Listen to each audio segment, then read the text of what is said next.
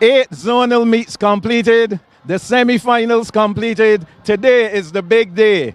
Chef Foods Knapsack Finals 2026. I am Michael Jules, and joining me for what is going to be a really exciting knapsack final, Mr. Neil Gill. Neil, what are your expectations for today's final? Well, Michael, good morning to everyone. I believe that today is going to be a really competitive day.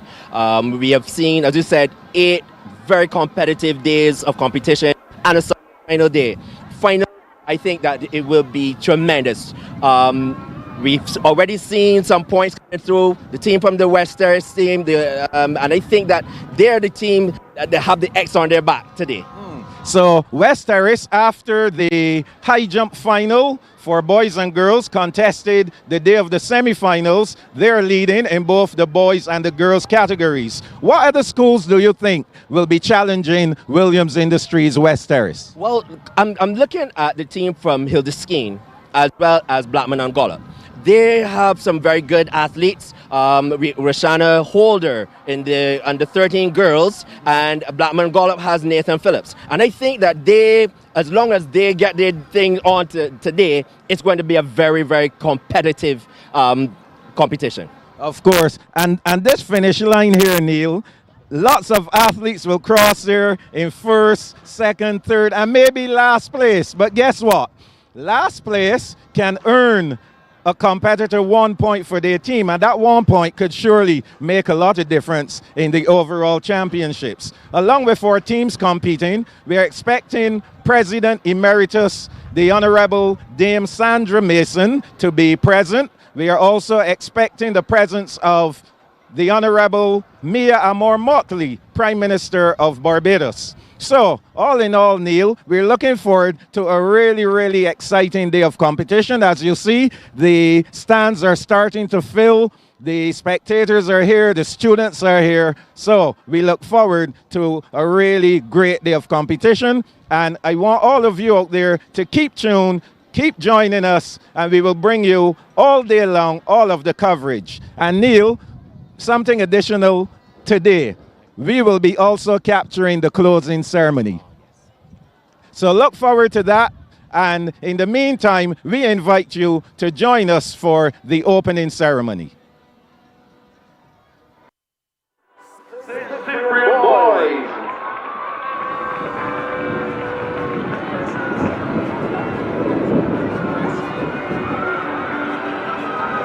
St. George Primary.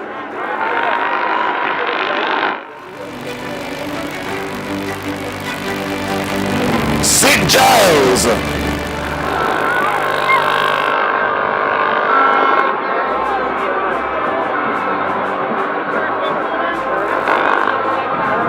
St. Jude.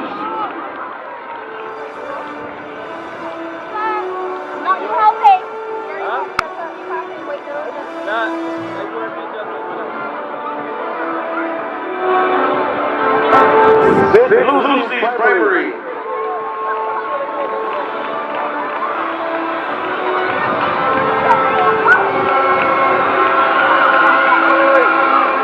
Let's welcome St. Paul's Primary.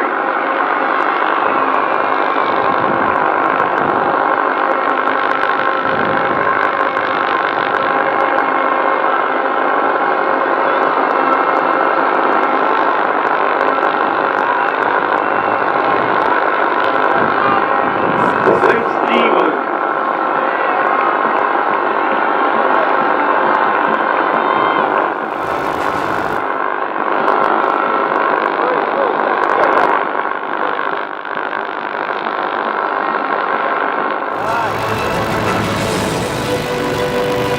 Welch's Primary.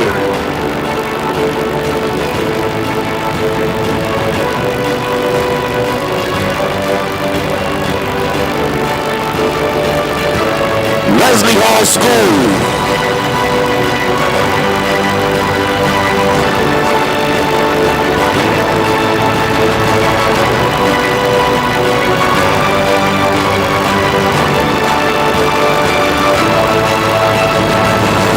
West Terrace Primary.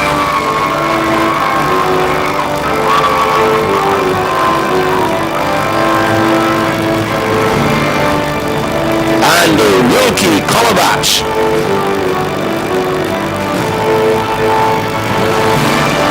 Let's welcome the schools who showed up for the parade. Make some noise for all the schools who are here.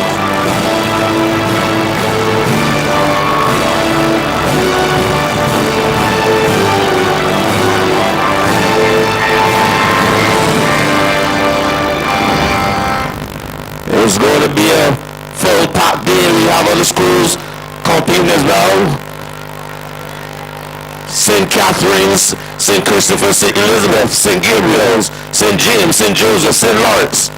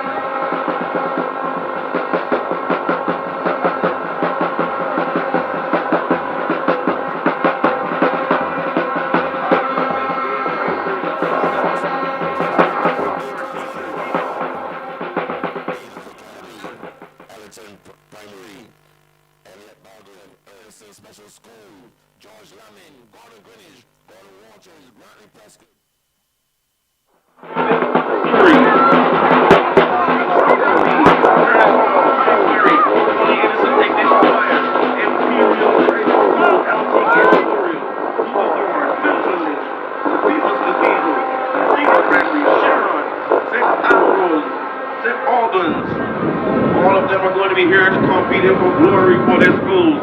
Ladies and gentlemen, boys and girls. Now turn it over to the chairman of NAPSAC 2026, Miss Janelle Denny. Give her a round of applause.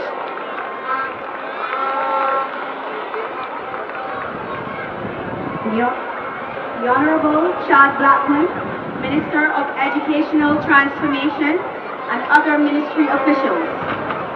Mr. Noel Mitch, former Ambassador of the United States of America and President of the Athletics Association of Barbados. Ms. Renee Lane, Secretary of the Athletics Association of Barbados. Mr. Rudy Lovell, President of the Barbados Union of Teachers. Mr. Gilbert Carmichael, Secretary General of the Barbados Union of Teachers. Members of the NAPSAC Executive Committee. Principals and teachers of participating schools. NAPSAC ICON and ICON representatives. Sponsors, specially invited guests. Officials, students and other spectators. Members of the media. And most importantly, athletes. Good morning to everyone joining us here at the UC Bowl Sports Complex, live on radio and television, and to the many joining us from around the world via our live stream. This is the final of the 2026 Chef Food National Primary School Athletic Championship. I am Janelle Denny, Chairman of the NAPSAC Executive Committee, and I am your Master of Ceremonies for this morning's proceedings.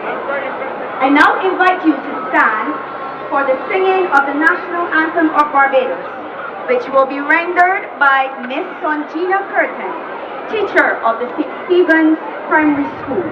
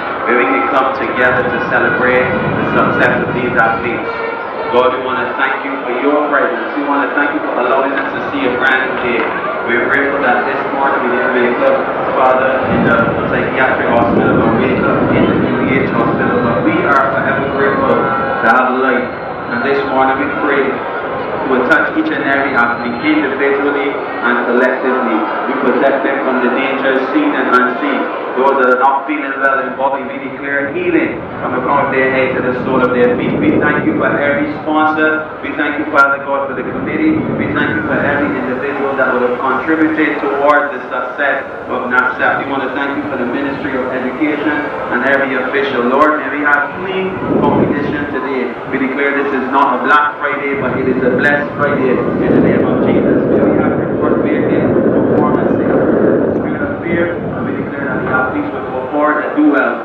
In Jesus' name, amen.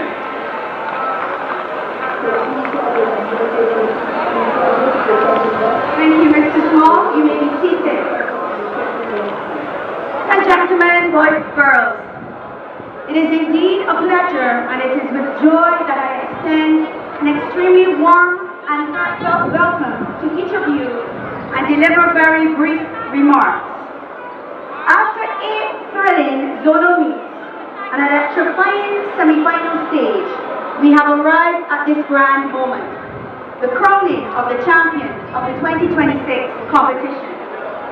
Today is not just about victory, but it is about celebrating the journey and igniting the joy and sponsors whose unwavering support has made this competition possible. Thank you. To the teachers and coaches, your tireless efforts and in nurturing talent, instilling discipline, and guiding these young athletes are the foundation upon which this event stands. Your commitment is deeply appreciated. To the athletes, this is your stage, your moment. Compete with courage, give of your very best, and let the values of excellence, respect, and good sportsmanship shine through in every stride, every jump, and every throw. Remember, true champions are not only measured by medals, but by the focus, integrity, and the passion they bring to the sport. I encourage everyone to celebrate, cheer, and inspire one another as we witness the culmination of this remarkable journey.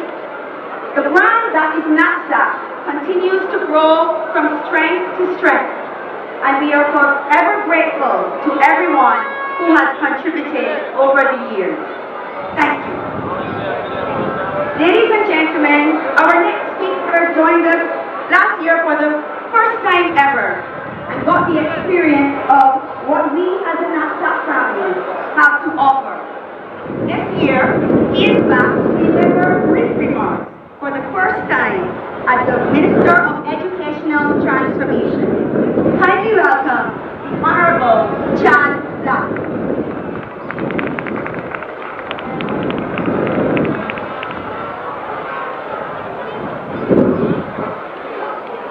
Protocol having been established, let me say good morning to all of you. I'm particularly proud to be here this morning for the final of NAPSACbb 26. This is a very proud moment, of course, for the country, because this event continues to be part of our national psyche. Every year, young students across the length and breadth of our country compete in this event, showcase not just their skills and their talent in athletics, but also representing one, themselves, but two, their schools and their institutions, their communities. And I want to use this occasion, first of all, to thank the parents and guardians of our young children who continue to ensure that they get all of what they need to be able to be here. I also want to thank the teachers, and in particular the physical education teachers, who work with our children to make sure that they're prepared for this event. Now, why is that important? These children just don't get here and appear one morning for NAPSACbb. It takes preparation long before the event has even started. And this lesson of preparation is so key that we must ensure that in everything that we do, with the pursuit, of course, of excellence, that preparation is at the core. Discipline, of course, must be part of everything that we also do. And as we continue to transform the system of education, excellence must be a part of it. And therefore, you, the young people this morning, must feel a sense of pride in what you're able to achieve and represent in your school. Yes, it's a competition, so there will be a winner. But more than winning, this afternoon and this competition is about also helping you to learn how to compete, yes, but to work with your teammates and also sportsmanship. When you win, it does not mean that you must not be graceful in your victory. And these are the sorts of skills that competitions like these help us to mold. But I also want to say to you, the young athletes who are here this morning, yes, you are primary school, and many of you, of course, this will be your last year as you transition then into secondary school for DSAC. But you are the future of what will represent Barbados in sport and in other areas. So whether we're talking curriculum, whether you're talking Commonwealth, whether you're talking CSC, whether you're talking the Olympics, this NAPSACbb continues to be the training ground and the nurturing ground for the future prospects of our country in sport and in particular benefits. And therefore, the Ministry of Education, as well as, of course, the Ministry of Sport, and I also want to bring you on behalf of this, who at this time is the well of parliamentary estimates, but he sends his regards. We continue to be proud of what you've been able to achieve, and today therefore represents a major milestone in your development as young people. I also want to take this opportunity to commend the organizers who have put on thus far a splendid competition, and to our sponsors who continue to work with the organizers in ensuring that this week can be a success. So I want to wish all of you the very, very best, and to the young people, this is your moment. Go out there, give it your best, compete with heart and soul, and do yourselves, your schools, and your communities. Thank you very much.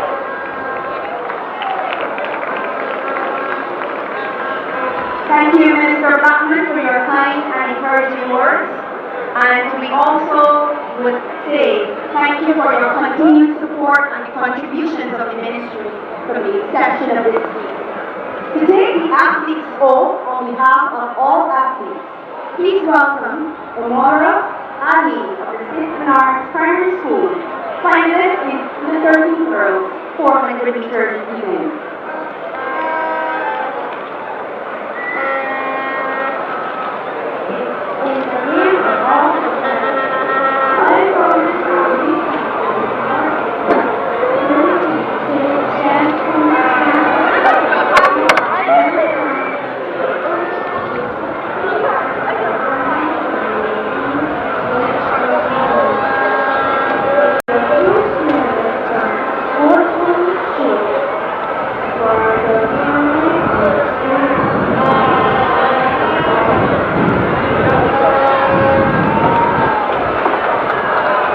Thank you, Cora. And to take the official oath on behalf of all officials, please welcome Ms. Shannon Carter, track referee.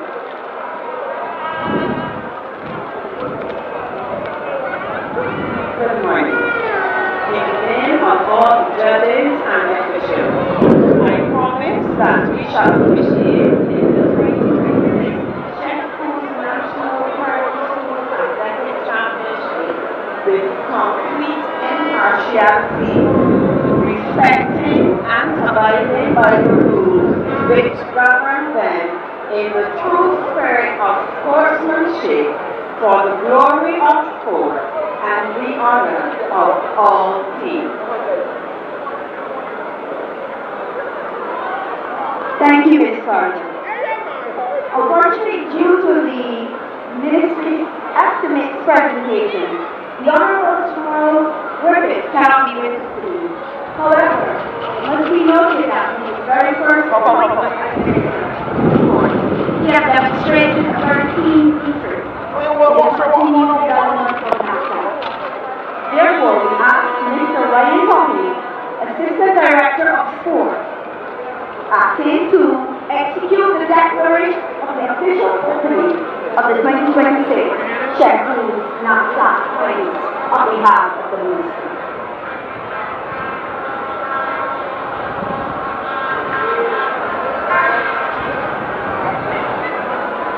Good morning.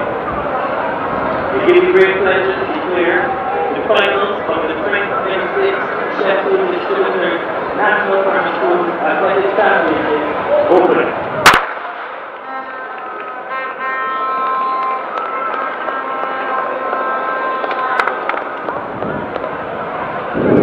Ladies and gentlemen, boys and girls, this brings our opening ceremony to an end.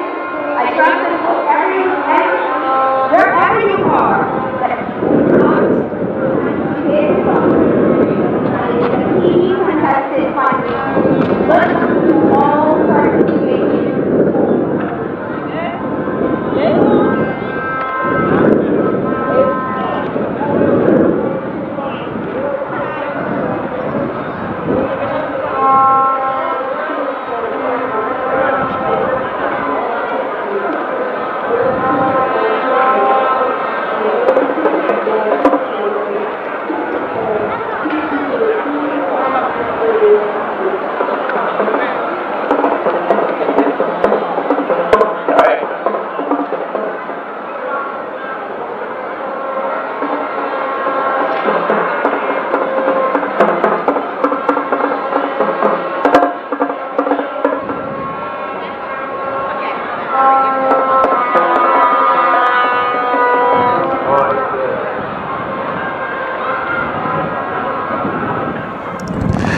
Again, a very pleasant good morning to our viewers in Barbados and indeed across the world.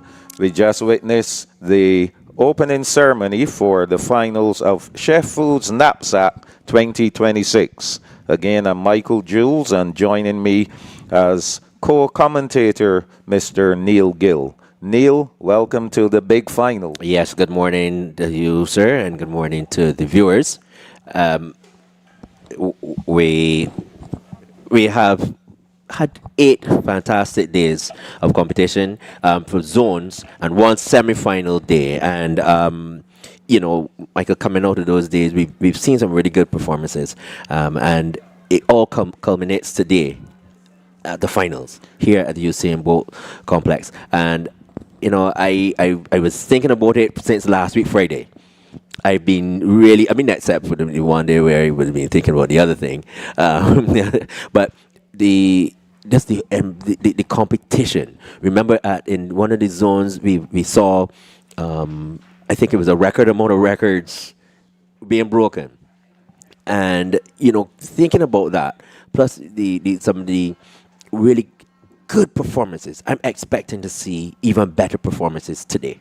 Yes, for sure. And remember the day of the semifinals, we had one final being contested in the girls and the boys categories. That was the high jump. And coming out of that high jump, we have some scores coming into today's final. The girls' scores, Hilda Skeen, 1 point. St. George Primary, St. Christopher Primary, and Bay Primary, 3 points each. Blackman and Gollop, 5 points. Wilkie Cumberbatch, 6 points. Christchurch Girls, 8 points. And Williams Industries West Terrace Tigers, they're leading the girls with 10 points. And in the boys, in 6th position on 1 point is Belmont Primary. In 5th, Christchurch Primary on 2. In 4th position, Sir Christopher Primary on 2 points. Milton Lynch Primary, they have 3 points. Arthur Smith, they're in 3rd with 10 points. And just a half point above them is the team from St. George Primary. They have 10.5 points. And leading the boys, coming into the finals on 12.5 points, is the team from Williams Industries West Terrace Primary. Great. So, obviously, the team that has the most competitors coming into the final. Yeah. In some cases, we notice that 2 athletes from one school are present in the final, and that is always a good sign for teams when they look ahead towards how the points are going to be distributed. And those schools such as Williams Industries, West Terrace, such as Blackman and Gollop, Hilda Skeen, as you mentioned, those schools will be the ones who will be vying for the championship at the end of the day. So, just a preview for our viewers what to expect. We will begin at 11 a.m. sharp. The first track event we will see, the 600 meters for girls open. That will be followed by the 800 meters for boys. That is also an open event. On the field, we'll have the under-9 boys long jump, under-7 boys tennis ball throw, under-7 girls standing broad jump, under-11 boys cricket ball, and the under-9 girls cricket ball throw. So those will be our first 5 field events. And Neil, we can't say how important these field events are for the schools. We don't see them actually happening, but trust me, those points are extremely critical. And that is it, and we see the track events, but then, and people would always say, oh, well, this team did well, and they're trying to keep track of the points. But then when it's all said and all boiled home, they say, hey, well, how did this team get so many points? And a lot of those points come from the field events. And I'm sure that today we will get a chance to see some of those field events going on as the day progresses. Yes, and we can see the stands are filling up, I should say, because we still have some extra slots there. Obviously, those persons will want some shade. Nevertheless, The western side of the Usain Bolt Sports Complex is occupied by the schools. So we have students from across the schools, and some 70 odd schools have at least one athlete competing in the final, and that is tremendous, Neil. Yes, definitely. As I said, the competition has been fair across the board. We've seen even the private schools. Oh, yes. With the private schools, and I have a little dark horse in here today. I think this young Burkett from the Happyville Montessori. He is my like little dark horse today in the 80 meters and the one today. He's been doing very well, and it's good. We also saw St. Winifred's doing very well in the field events as well. So with the introduction of the private schools, I can say Warren's Primary. Remember that? Yes, they did quite well. They did quite well through the zones. So if you're joining us for the first time and you're noticing the presence of the private schools, yes, they have been a force to be reckoned with throughout the championships. And pretty soon, we will be getting the opportunity to introduce the competitors in the first five field events. So we'll get the opportunity for viewers to see who these young boys and girls are who will be contesting the various field events. As indicated, Her Excellency, the Most Honorable Dame Sandra Mason, President Emeritus, she will be joining NAPSAC. I believe she likes to see this event take place. She likes to enjoy the competition. I understand that the Honorable Mia Amor Motley, Prime Minister of Barbados, will also be coming on board, and it's good to have these folks with us to witness the next generation of great athletes who will be going on to represent Barbados.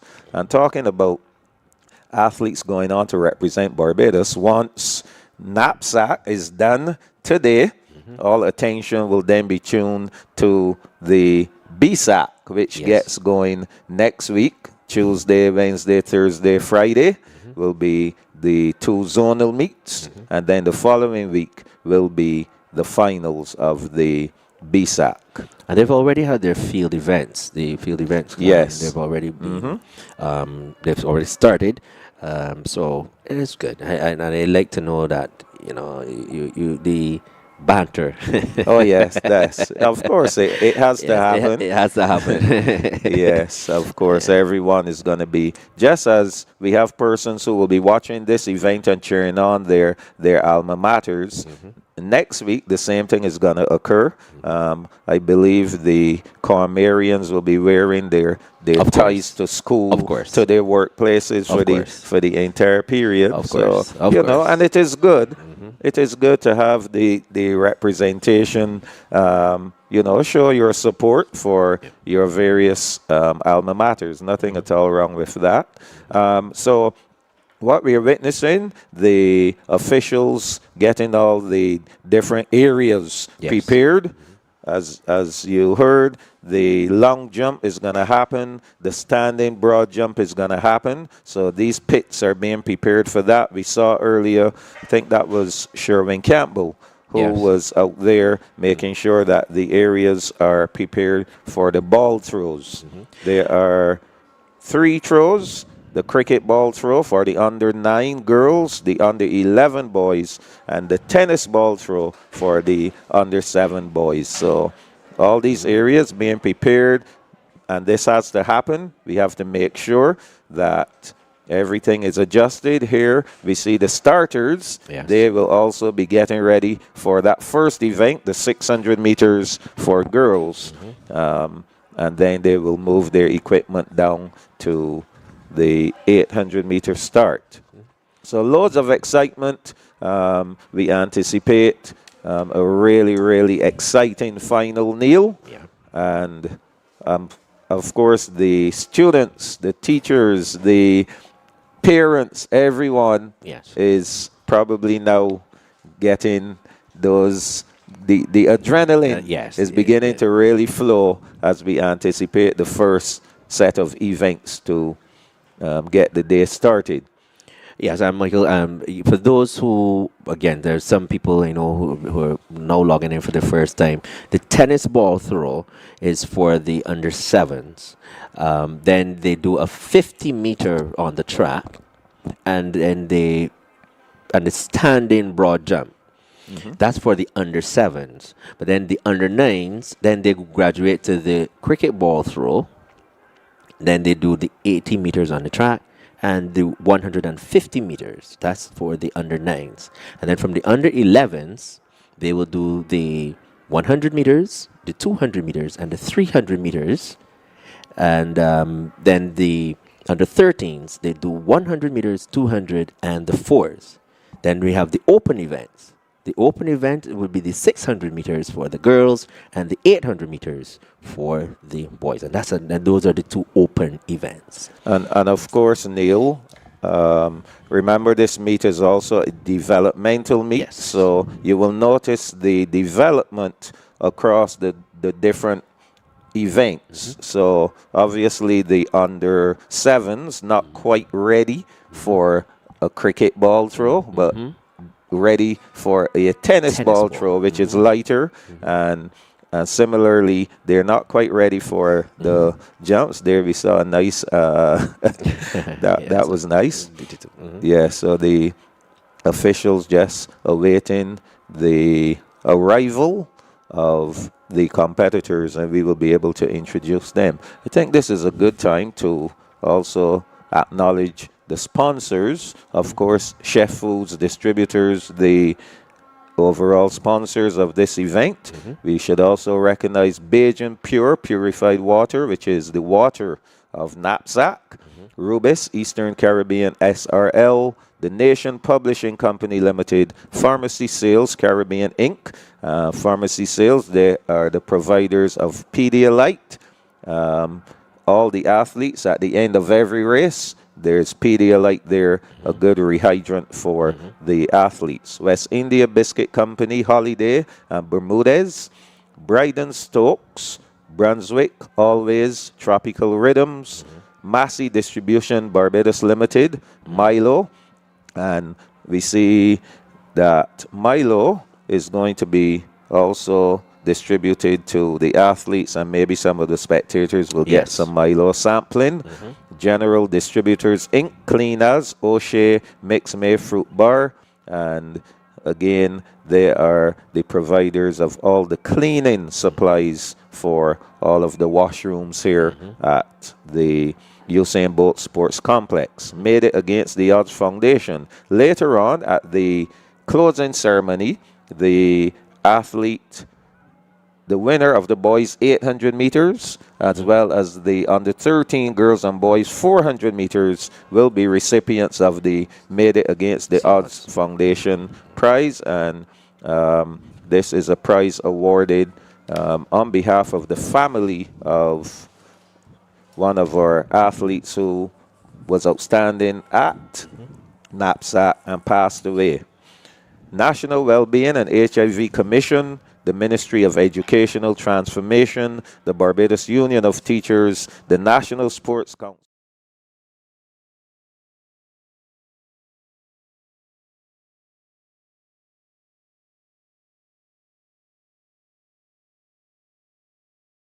Limited, Chickmount Foods Limited, the Barbados Olympic Association, Creative Junction, National Conservation Commission, Elco Rentals Limited, Imps Assurance Broker Limited, TOS Catering, Hanshel Innes Limited, National Cultural Foundation, and Market Fresh. We want to thank all of them for their part in making NAPSAC 2026 a great, huge, enormous success. Oh, yes, Michael. And as we prepared, we have already noticing the athletes are making their way to the track. And this will be for the first event on today's edition. Okay, so we're going to find out exactly who these athletes are. Is this for the 600 The 600 meters? meters, yeah.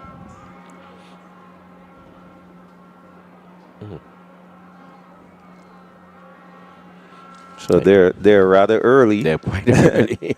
They're rather early here. Yes, yes. I think they're going to, and our viewers will notice that they will be introduced to the stadium. Yes.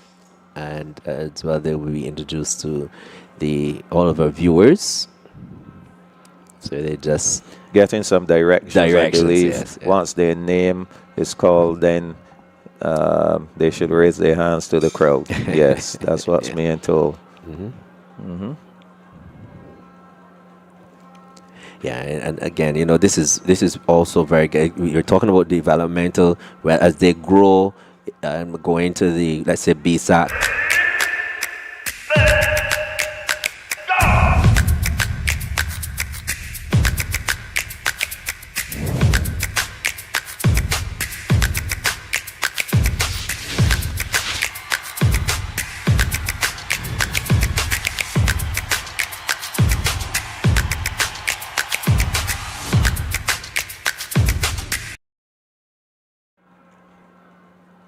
Yes, there we go. Okay, here we go. So we're going to start from our left, your left as viewers, your left. From Charles F. Broom, that's competitor 3857, Zanique Niles. She's wearing, now you will notice a large number, four numbers on the chest, and then we have a smaller number which is going to be on their the hip, really. But they're yes, wearing them on their shoulders. Right, so really should be a hip number. So I understand what's happening here. Those athletes are going to be introduced at the start of the 600 meters. We have some others coming. These are supposed to be introduced for the field events. Yes. They're to be introduced first. Well, they've gone straight out on the track. So. Yes, so they still have some time. Remember, we have some time still. That event is scheduled for 11. It's 10:49. So we have some time. These are the ones to be introduced now. I believe these are the under 9 boys for the long jump. Yes. So let's make sure. Actually, okay, here we go. So this is the under 11 boys cricket ball throw. Yes. Under 11 boys cricket ball throw. The NAPSACbb record for this event is 67.40 meters, established in 2014 by Malachi Harris of Deacons Primary. What a lad he was. Oh, yes. 67.40. So let's introduce the competitors. Liam Lowe from St. Cyprian's. He is competitor 5981. Now what we will do is probably join the stadium announcers as well. Here we go. 5981 Liam Lowe of St. Cyprian's. Cameron Weeks, competitor 6663 from Blackman and Gollop. Next to him, competitor 5871 Damar O'Neill from Gordon Walters. Wearing bib number 4617, representing Williams Industries West Terrace, Roger Barrow. From Bailey's Primary, 5722, Aidan Blades. Representing Welch's Primary, 5225, Kairos Lord St. Hill. Tegan Yard from Charles F. Broom, he's wearing bib number 3893. And our final competitor, Jadeja Holder, representing Bailey's Primary. Yes. These are our 8 competitors in the under 11 boys cricket ball throw. think the stadium announcers just is now introducing them to the spectators. There we go. So we'll follow. That's O'Neill of Gordon Walters. Next, Roger Barrow of West Terrace, acknowledging Aidan Blades of Bailey's.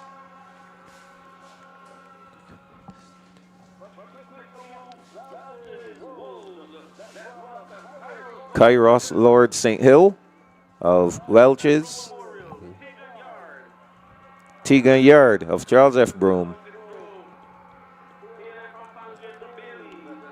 And Jadeja Holder of Bailey's, who comes in with a best throw of 56.10 meters. that was a very good throw. That 56. Oh, yes. 0.10. And now we also having their opportunity to be in the first set of events. They will have this is the under 7 boys tennis ball throw. Yes, and they're being introduced. This is Shaquem Stafford of St. Giles Primary. Athlete 6116, Najee Went of the Warrens Primary. Also, we have Ramar Giddens of Bailey's Primary. Representing Holy Innocents is Kai Skinner. Representing St. Cyprian's, just getting his name called, Mackay Merritt Austin from West Terrace Primary. Sire Brooks. Then we have Naeem Prescott Williams of St. Lawrence Primary. And then Ranako Trotman, athlete 4646 of Williams Industries West Terrace. And he's coming in with the best throw of 26.98 meters. So the knapsack record is 33.10 meters, set in 2016, then by Tyreek Cullimore of the Eden Lodge Primary. So we have these 8 young men vying for the chance to say, I'm the knapsack champion on the under 7 boys tennis ball throw. And here we have the girls next to be introduced. This is the under 9 girls cricket ball throw competitors.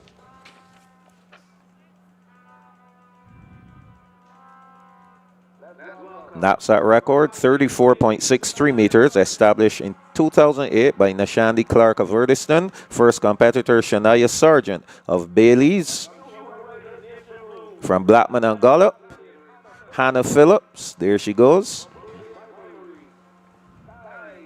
Representing Bay Primary, Kai Yearwood. Competitor 5267 from Christchurch Girls, Kaylee Sylvester Robinson. From St. Jude's Primary, Mayoni Harewood Watson. From St. Albans, Thalia St. Pierre, 4485. There she goes. From Wesley Hall, Skylar Hines, 6497, our next competitor. And rounding off the field, Azera Burrows of St. Stephen's Primary. She comes in with the best throw of 24.56 meters. That's the lineup for the under 9 girls cricket ball throw final.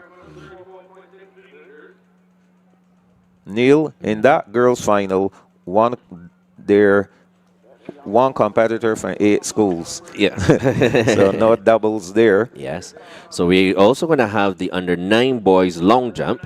And there you can see them now going across. They will be introduced. And the knapsack record is 3.99 meters, set in 2017 by Keyshawn Edie, then of the St. Martin's Mangrove team. And here we see Zaire Smith of St. Cyprian's, representing St. Matthew's, Germani Barker Bradshaw. From Grisette's Primary, Jacody Allen. There he is, athlete 6143. Then we have athlete 6232, Jace Gittins of the Hilda Skiing team. Then we have athlete 6654, Josiah Moore of the Blackman and Gollop team. Then his teammate 6662, Shadari Walcott. Then athlete 4510, Nakai Phillips of St. Albans. And representing Luther Thorne, Nathan Lewis, athlete 6335, and he comes in here today with the best jump of 3.76 meters. Remember that record of 3.99 meters set in 2017 by Keyshawn Edie. And we can note here, 2 Blackman and Gallup athletes are in this event. And that should say something for the points. Our final set of competitors to be introduced for our first set of field events. This is the under 7 girls standing broad jump. The NAPSACbb record for this event, 1.68 meters. Sky Spencer Lane of Williams Industries West Terrace set the mark in 2012. Competitor 7111, Aria Marshall of Good Shepherd, 5880 from Hinesbury, Zara Blackman Hurdle.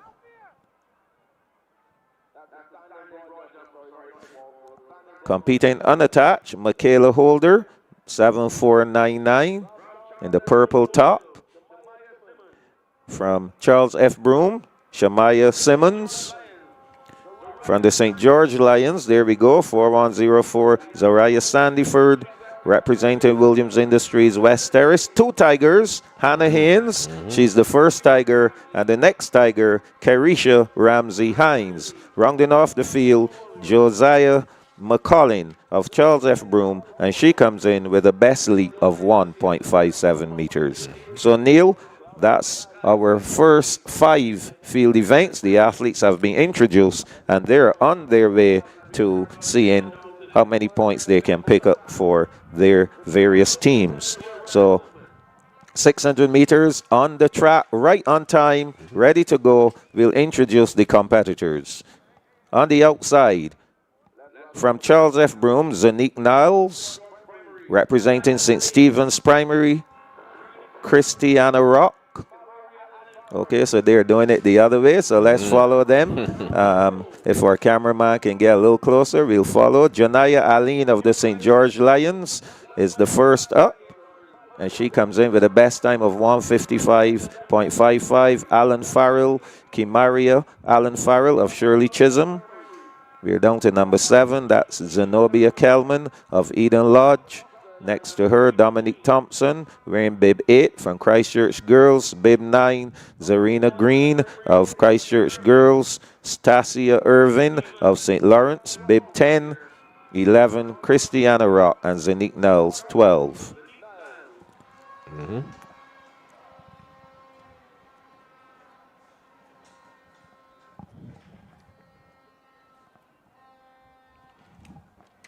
So 12 girls going here in the final of the Girls Open 600 meters. The record 1:41.08, established in 2019 by Ashlyn Simmons of Eden Lodge Primary. 1.5 laps around the track for these young ladies. Our first track final, Neil. Yes. And they're off and running. You can see Aline, she's kicked out early. She's coming in with that time 1:55.55 seconds, and this is a very strong young lady. She's being challenged early by Zenobia Kelman of Eden Lodge Primary, but as they come down the straightaway for the first time, and it is Janaya Aline of the St. George Lions. She's comfortable. And we'll see the split there after the first 200 meters, just about 36 seconds. Remember, they're chasing that time of 1:41.08 set by Ashley Simmons. And so far, Janaya Aline looks very comfortable. We're seeing the 2 Christchurch girls trying to move up, Dominique Thompson and Zarina Green. Those 2 can give some mega points to the Christchurch girls, who are currently 2nd overall. Well, as they come down the back stretch, and it is still Janaya Aline. She was far superior in her time. She was almost 10 seconds faster than the... But remember, it's what happens on the day. I'm seeing Anaya King of Westbury moving up there.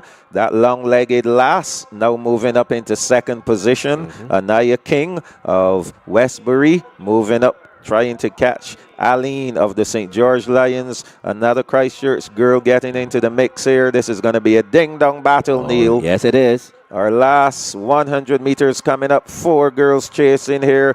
Janaya Aline of the St. George Lions. She is trying to open the gap on the field. Janaya Aline, the St. George Lions, they're rowing. Anaya King of Westbury not giving up.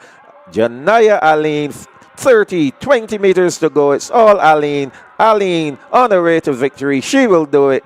And King will finish up in second position. What a victory there for Janaya Aline of the St. George Lions. Her time 154.95.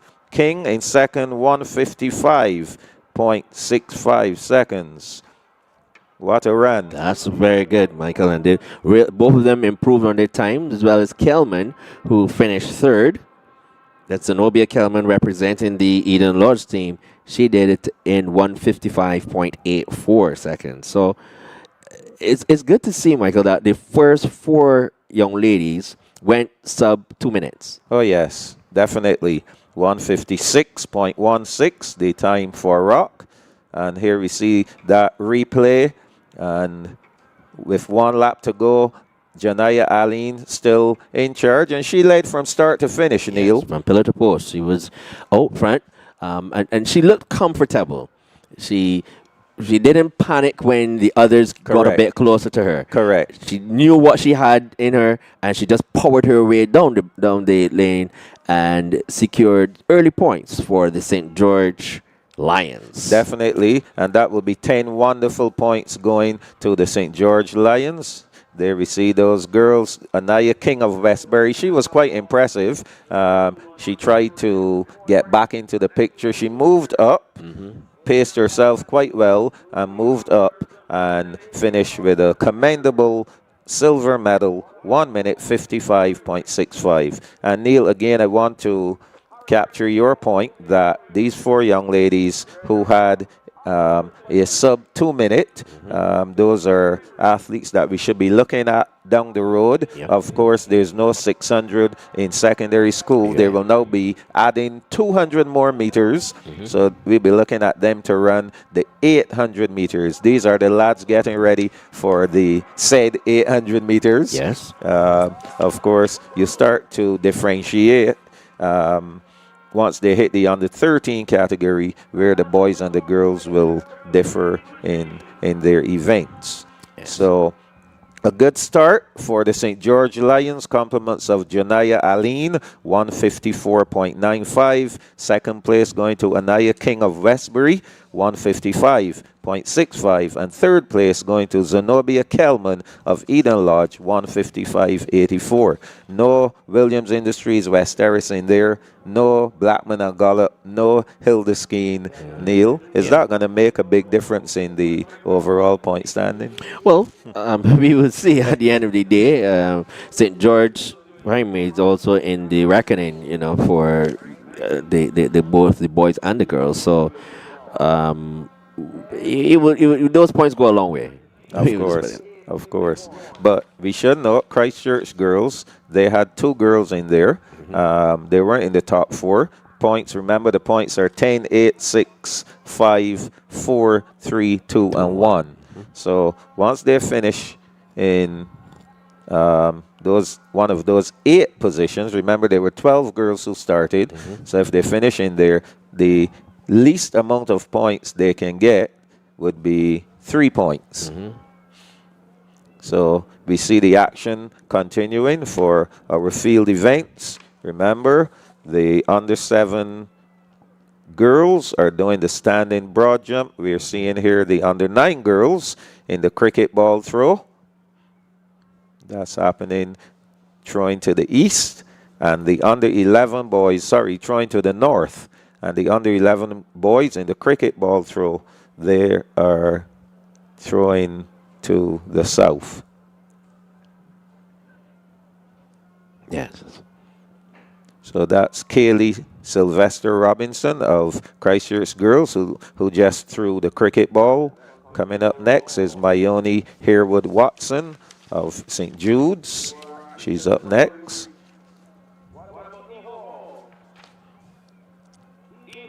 There she goes.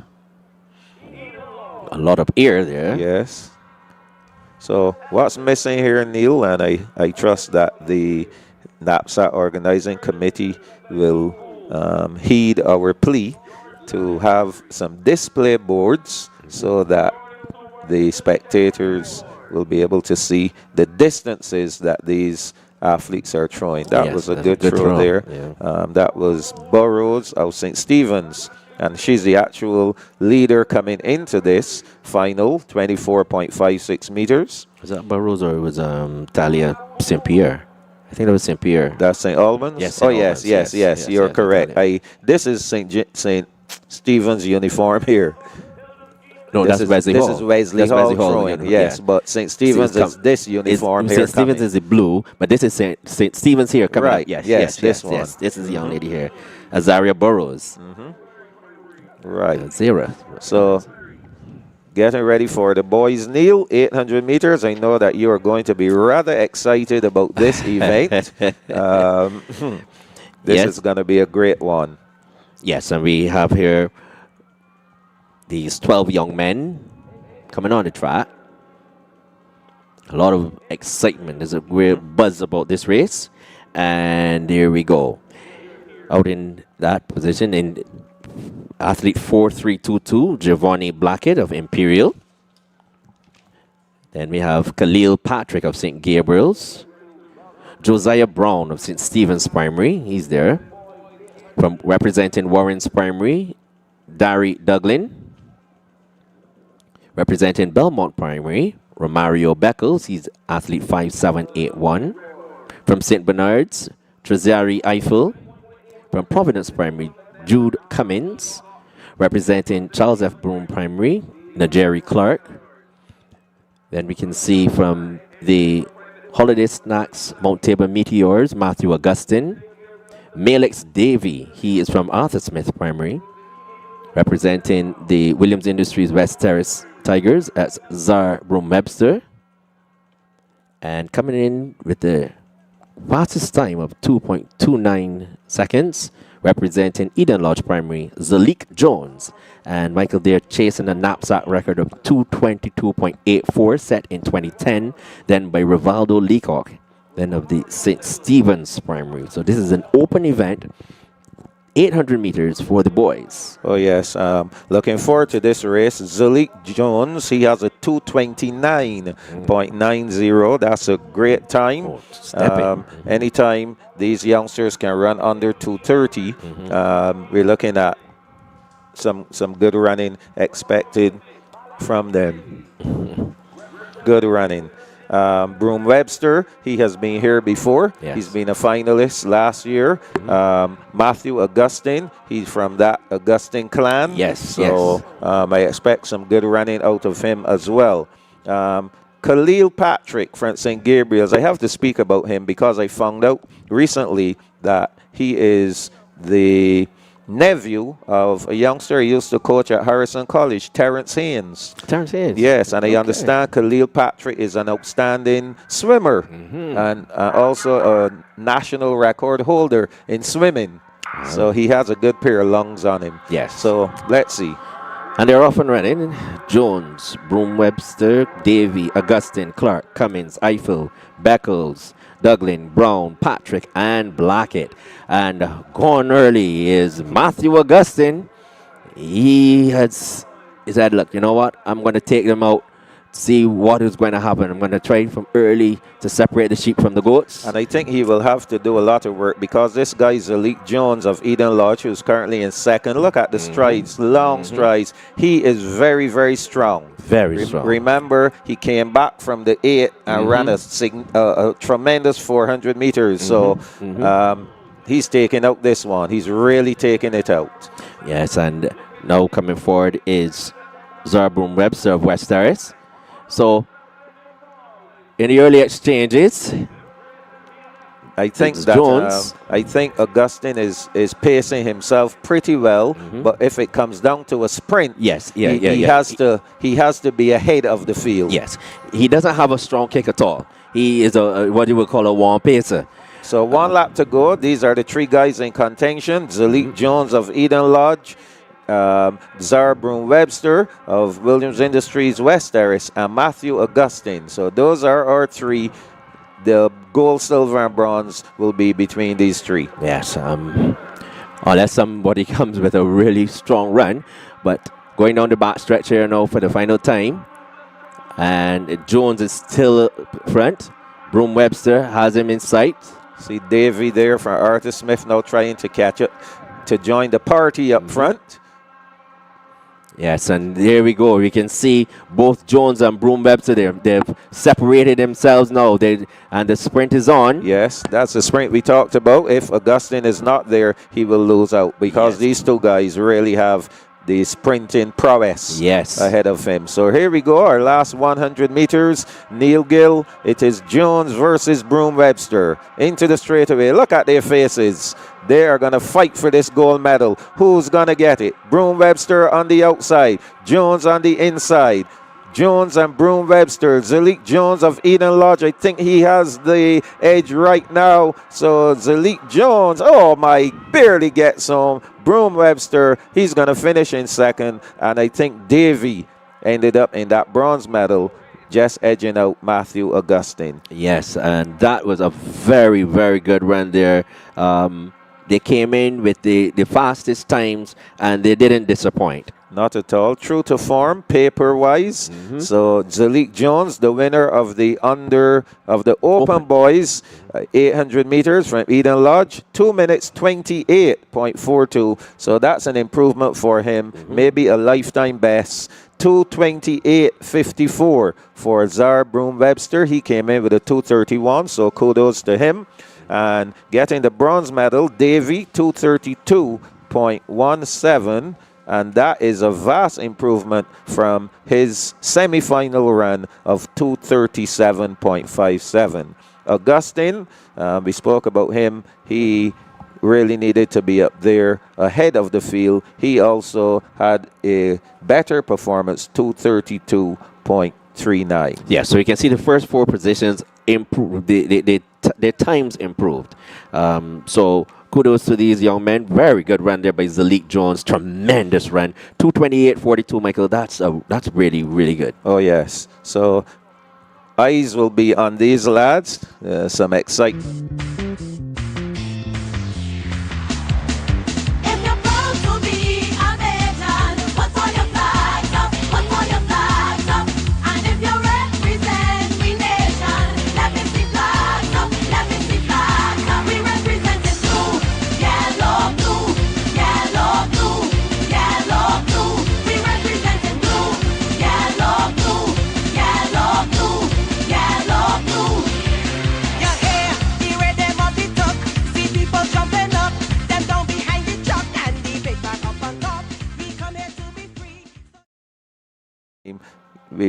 We can be friendly. Yes. Good sportsmanship. Yeah.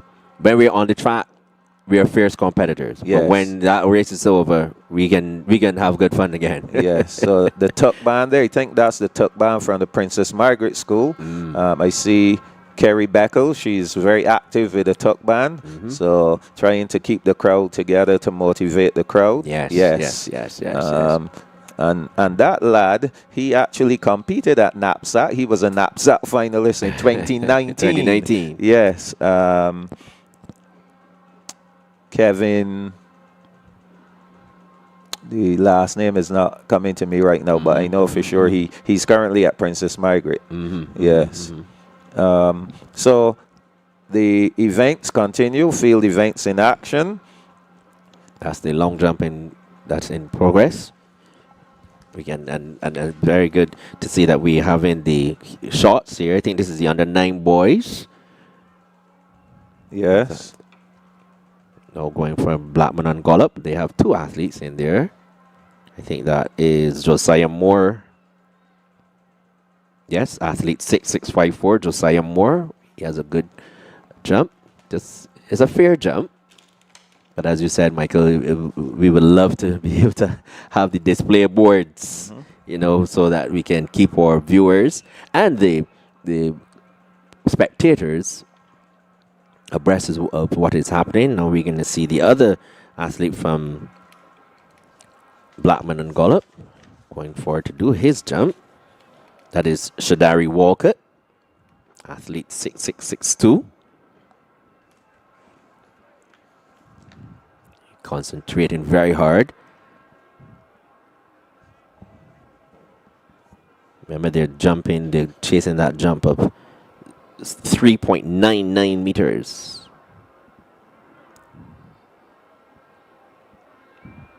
He's just getting himself ready. I'm sure he's already made out his mark and goes. Oh, that was pretty good. That's a pretty good jump. I'm saying, Michael, that yellow flag there could be the record, or yes, I believe that would be the record. Mhm. Yes. So that's a pretty good jump there by Shadari Walcott. And coming up here now would be the next set of field events. Oh, yes. We have 3 field events coming up. And I believe this is these are boys, so under 13 boys. Okay, this could be the shot put. The shot put, I think. Yeah. Mm-hmm. Okay, so we're going to get these shot put names for you.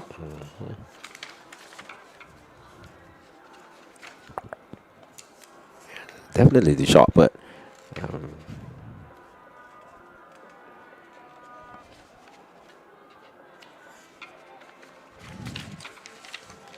All right. The faces.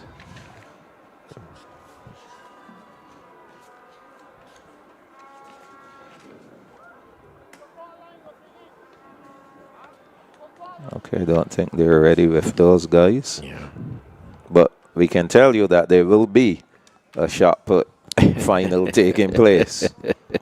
One for girls, one for boys. Yes.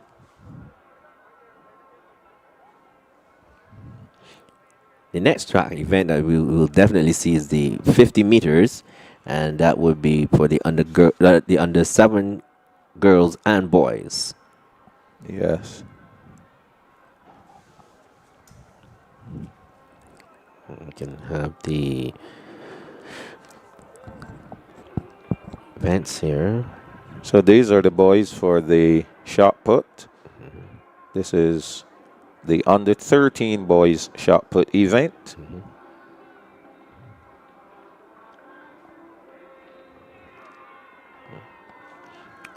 Well, yeah, so we're just trying to, we'll get those names for those athletes for you in a bit. But they are definitely, yeah.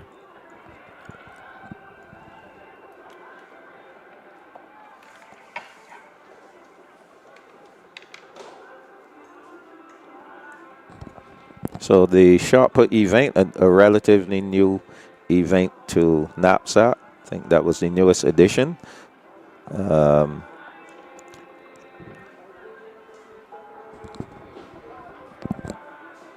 Young Jaden Walcott, one of the products of the NAPSAC in the shot put, and he has gone on to do extremely well. He should be making his way to Grenada over the Easter weekend to represent Barbados at the Carifta Games. He's done quite well in the shot put. His father, Charles Walcott, has mentored him quite well, and we look forward to some great things from him.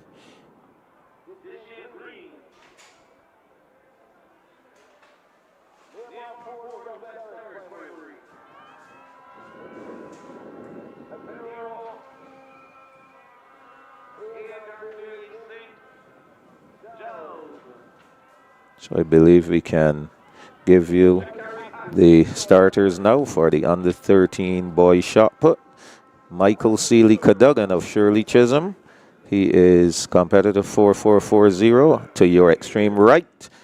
Next to him from the St. George Lions, Shakari Ashby, 4112.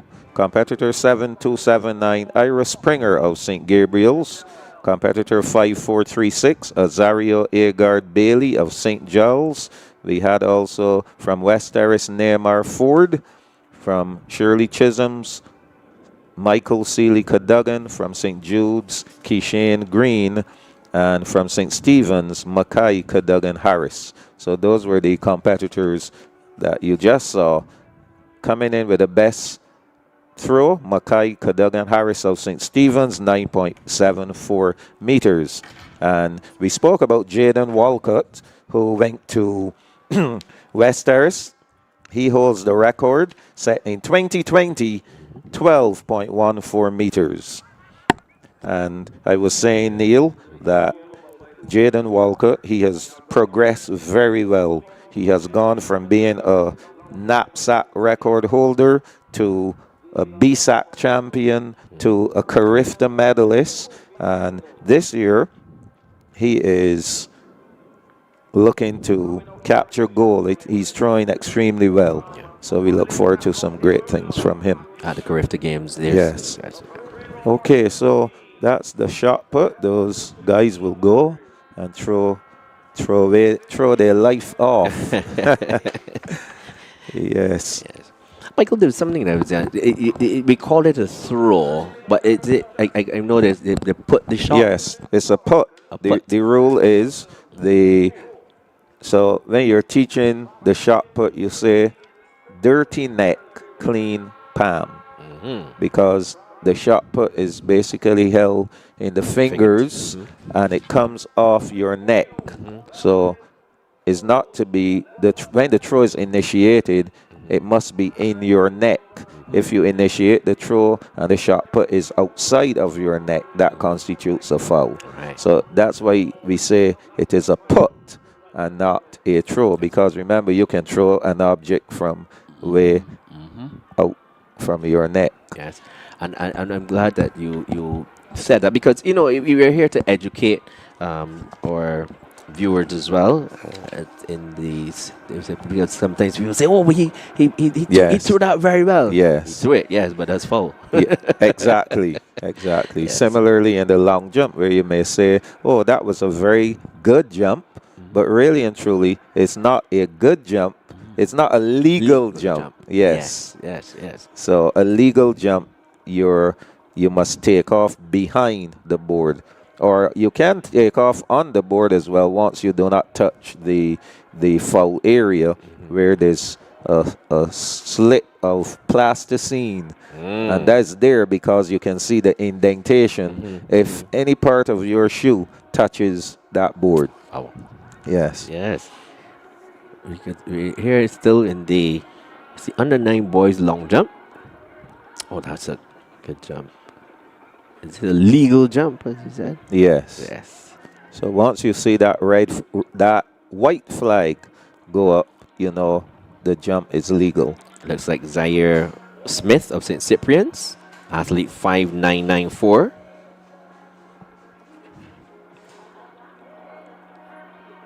Just trying to make sure that they all had their jumps. Probably could be about their third jump from St. Matthew's. It looks like he just got there. From this angle, he looks pretty close to the record, and that record is 3.99 meters. That is athlete 5507, Jamani Barker Bradshaw. So that's why we are saying that the display boards would be so useful. We won't have to guess if it's close or not. It looks like the standing broad jump is going to go. So they're going to split the pit, basically. So on the left side, or left, you can see that the under 9 boys, they'll be doing their long jump. But then on the other side, the under 7 girls, they'll do their standing broad jump. Yes. Which is good. You get to separate them. You can do them simultaneously, and have the championships. They will be, they will be running on time. Well, I am waiting to see what this new stadium is going to bring in terms of the setup. That's a good jump from the lad from Blackman and Gollop. As you say, they're looking pretty close to that yellow flag. Very close. But that's just perspective. Yeah. Can't wait to see what will happen in terms of the layout of the stadium, because some stadia can have 4 pits. 4 pits. Yes, and they can be 2 on the eastern side and 2 on the western side. So therefore, you can have 4 jumps happening at the same time. It's quite possible. That's good. But again, it's the layout. Yes. So we saw there Shadari Walcott and Josiah Moore, both of the athletes from the Blackman and Gollop team, and they look pretty close to that yellow flag. Oh yes. So we see the lane markers are out. Yes. Indicating that pretty soon we will be seeing the finalists in the 50-meter dash for under 7 girls and boys, as well as the finalists in the under 9 girls and boys 80-meter dash. We have a little time before that though, Neil, so at least we can talk about the results of the 6 and the 8. The points we will give you in a few. Okay, so we can see the arrival of... Okay, I think this is the arrival of the Honorable Mia Amor Motley, Prime Minister of Barbados, and the entourage. We have quite a number of VIPs in attendance at this morning's final. There we go. I see there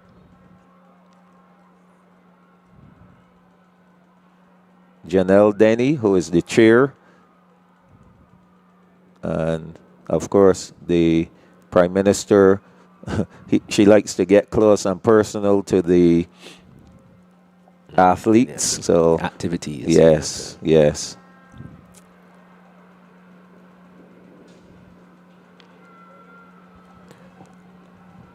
That's Dr. Rudolph Goodrich.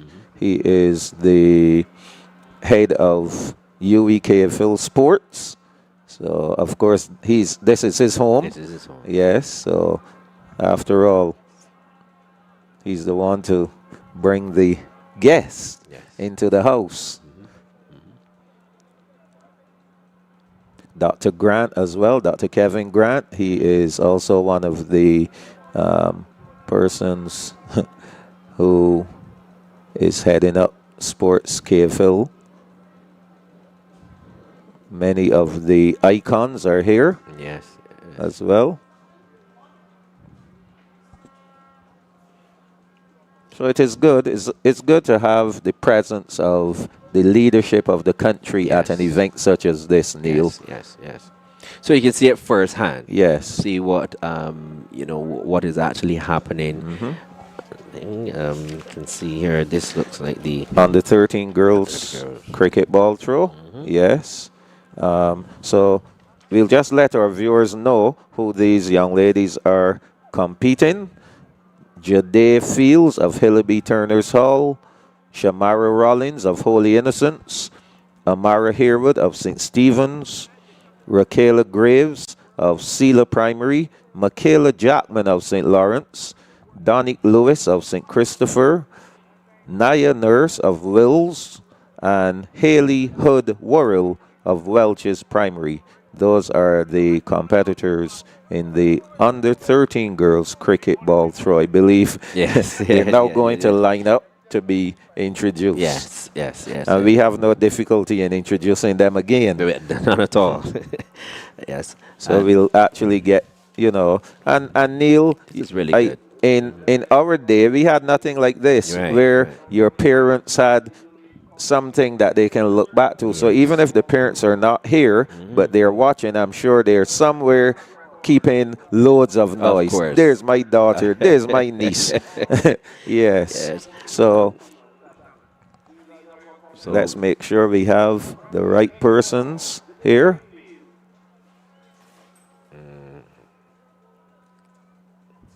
Well, Hillaby Turner's Hall, It is the right. So the 62, 61, Shamara Rollins. Yes. Then we have Okay. Amara Herwood of St. Stephen's. Raquela Graves of Sela Primary, athlete 3945. Athlete 6362, Michaela Jackman of St. Lawrence. Representing St. Christopher. St. Christopher, Donique Lewis. From Wills Primary, that's Naya Nurse. And from Welch's Primary, athlete is Haley Hood Worrell. Yes. So I think the confusion here is the numbers that they're wearing. Yes.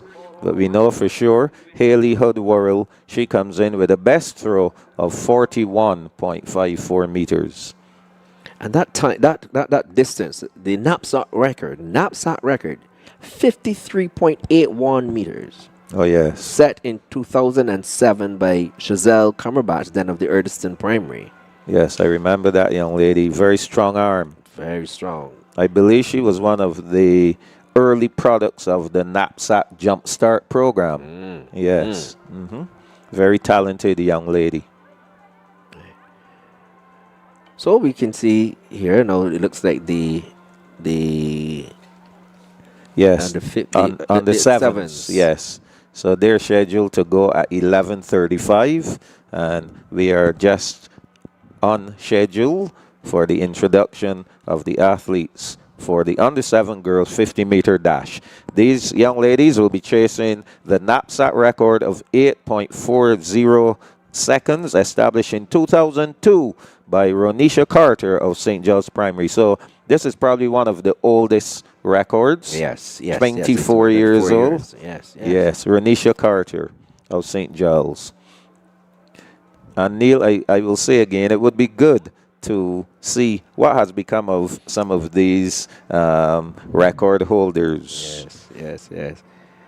I'm sure that in the comments, some of the viewers can put in, but can make their inputs if they know where they are. What has become of them?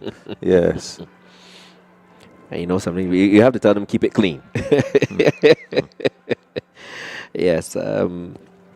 So at time 8.40 seconds, we can see coming in here with the fastest time is Carisha Ramsey Hines, Westers.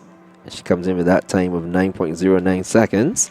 But we'll give you the starting lineup momentarily as we take a look at the stands. And the schools have been closed to facilitate the support. We want to have a tremendous support coming from each school. Even if you have one athlete, you would want the support that if you understand. I mean, Michael, you represented Barbados. You are an athlete, and you know what support can do. Especially hearing your name or the drums or something like that. It gives you that extra. Of course, yes. The support is always important. Very, very important.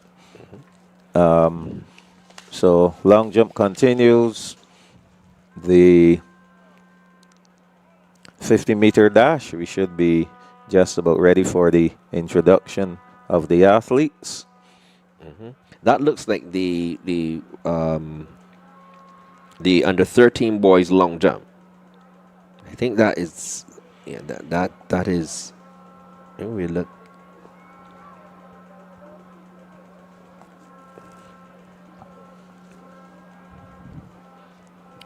Is it? Oh, that's a very good jump there with the young man from St. Stephen's. That's Grisette's from Grisette's Primary. So we're just gonna get that cleared up for you. Just want to get the correct event. Well, we will have, we should be having a medal presentation coming up.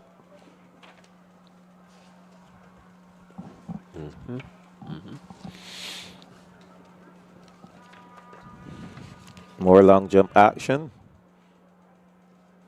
Yeah, it looks like it is the under 13 boys. I just saw athlete 6222 Shakeen Belgrave from Hilda Skiing. He's out there.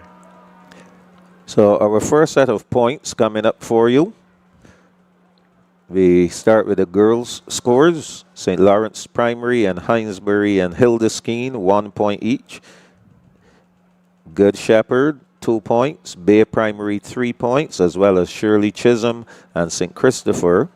St. Stephen's, they're on 5. Blackman and Gollop on 5. On 6 points, Eden Lodge and Wilkie Cumberbatch. On 8 points is Westbury. Christchurch Girls, they are on 14 points. Currently third, Charles F. Broome, 15 points. St. George Primary in second on 17 points. And Williams Industries West Terrace, 24 points. So we're going to get back to the boys' point standings as we look on the track to the finalists in the under 7 girls 50-meter dash. We begin with lane 1. Representing Christchurch Girls, Naraya Rowe. In lane 2, representing Charles F. Broome, Jose McCollin. In lane 3, from Bay Primary, Zyla Carrington. In lane 4, representing West Terrace, she comes in with the fastest time of 9.09 seconds, Carisha Ramsey Hines. In lane 5, representing LT so we're going to slow down here, back to 3, Zyla Carrington, Bay Primary. In 4, Carisha Ramsey Hines of West Terrace. In lane 5, Ariana Ryan Dawson of LT Gay. In lane 6, Kamaya Cromwell of St. Luke's Brighton. In lane 7, Zaya Brown of Blackman and Gollop. And in lane 8, Dacia Boyce of Good Shepherd.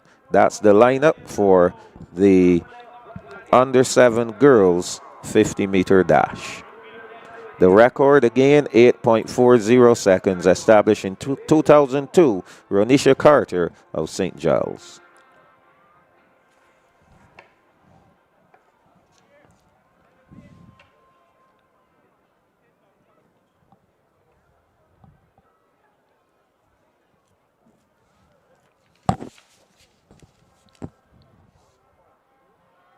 Just a little anxious.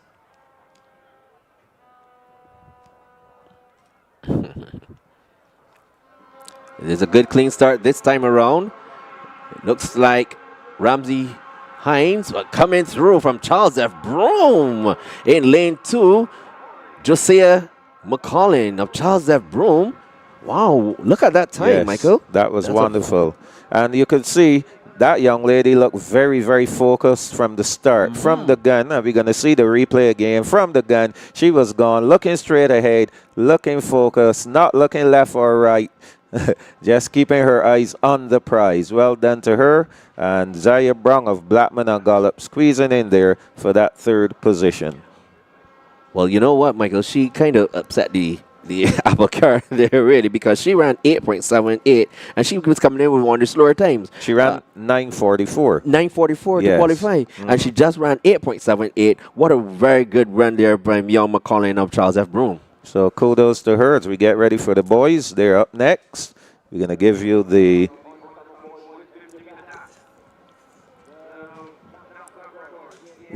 those lane assignments shortly. The boys, they'll be chasing 8.30 seconds, established again in 2002 by Daquan Marshall, then of Erdiston Primary. In lane 1, Kian Edwards of Blackman and Gollop. There he goes, looking very serious and focused. In lane 2, Khalil Corbin of West Terrace. Comes in with the same time. Lane 3, Ramar Gittins of Bailey's. He's ready to go. Lane 4, Isaiah Kingmore of St. Jude's. In lane 5, Cairo Dowell of St. Gabriel's. Lane 6, Dominic Pitt of St. Cyprian's. Lane 7, Brady Boyce of Roland Edwards from the Falcons. And lane 8, Sai Calendar Atherley of St. Cyprian's. So 2 lads from St. Cyprian's going in this final. Neil.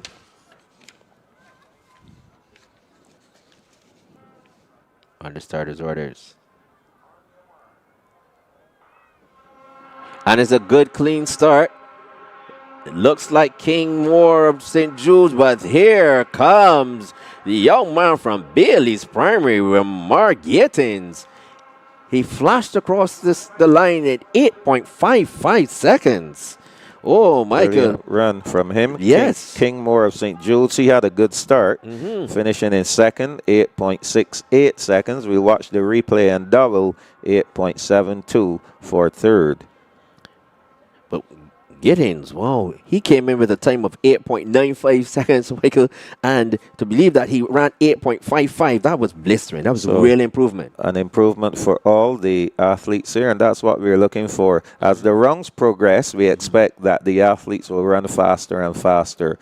One lad there, I don't think he's too happy with his performance. Cairo Dowell. Double of St. Gabriel's. Yes. But it's all in all, it's all part of it. Yes, and they will learn that you can't win them all. Yes. Some days may be not as good as the other day. You know, it's all part of the game. And this is where you learn it. This is where, you know, Michael, I always say athletics is a great leveler. You know, you can't always expect to win all the time. But, you know, you always will find that somebody will be, you know, it's always a competition. Somebody will be going better than you. Yes.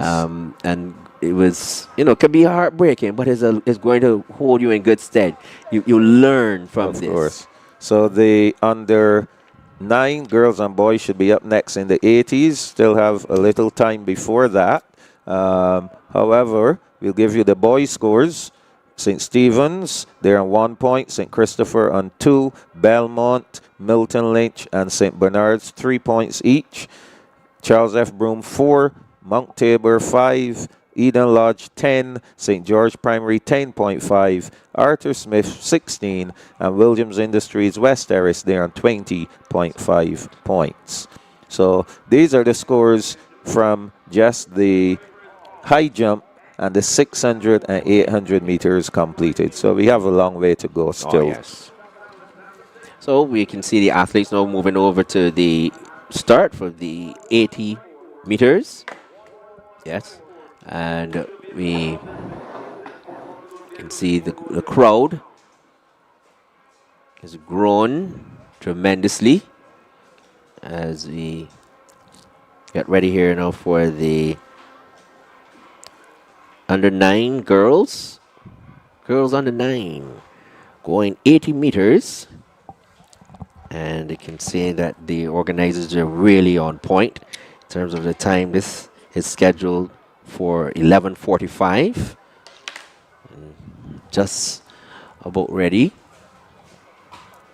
Both the girls and the boys, they're on the track. Here we go. As the young ladies, they hear their names being announced on the in the stadium, as we have another beautiful day here at the Usain Bolt complex on the track. Here we go. In lane 1 from Good Shepherd Primary, Zanaya Chandler. She's athlete 7101. I'm just going to acknowledge when they hear their names. She's in lane 1. And so we can just want to make sure that they are all on time. She heard her name, yes. In lane 2, representing Blackman Gollop, Skylar Small, athlete 6631. In lane 3, representing the West Terrace team, Renaya Trotman. Lane 4, representing Christchurch Girls, Soraya Douglas McLean. Lane 5 is the other athlete from the West Terrace team, and this is Natalia Grisette Boyce. In lane 6, from Wesley Hall Primary, Shalia Forrester. Lane 7, from All Saints Primary, Anaya Clark. And out in lane 8, representing St. Bartholomew Primary, Kiara Clark Graves. The under 9 girls 80 meters, and they're chasing a time of 11.60 seconds, set in 2002 by Risha Lord, then of the Christchurch girls team. Coming into this event with the fastest time is Soraya Douglas McLean of the Christchurch girls with a time of 12.28 seconds. They're on the starters' orders.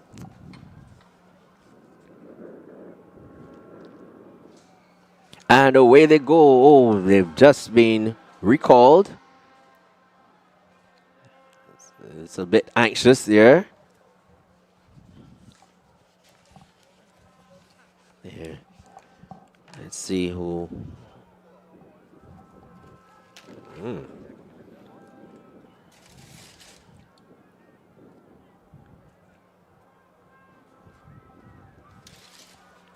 Yes. Now being asked to come again. This time is a good clean start.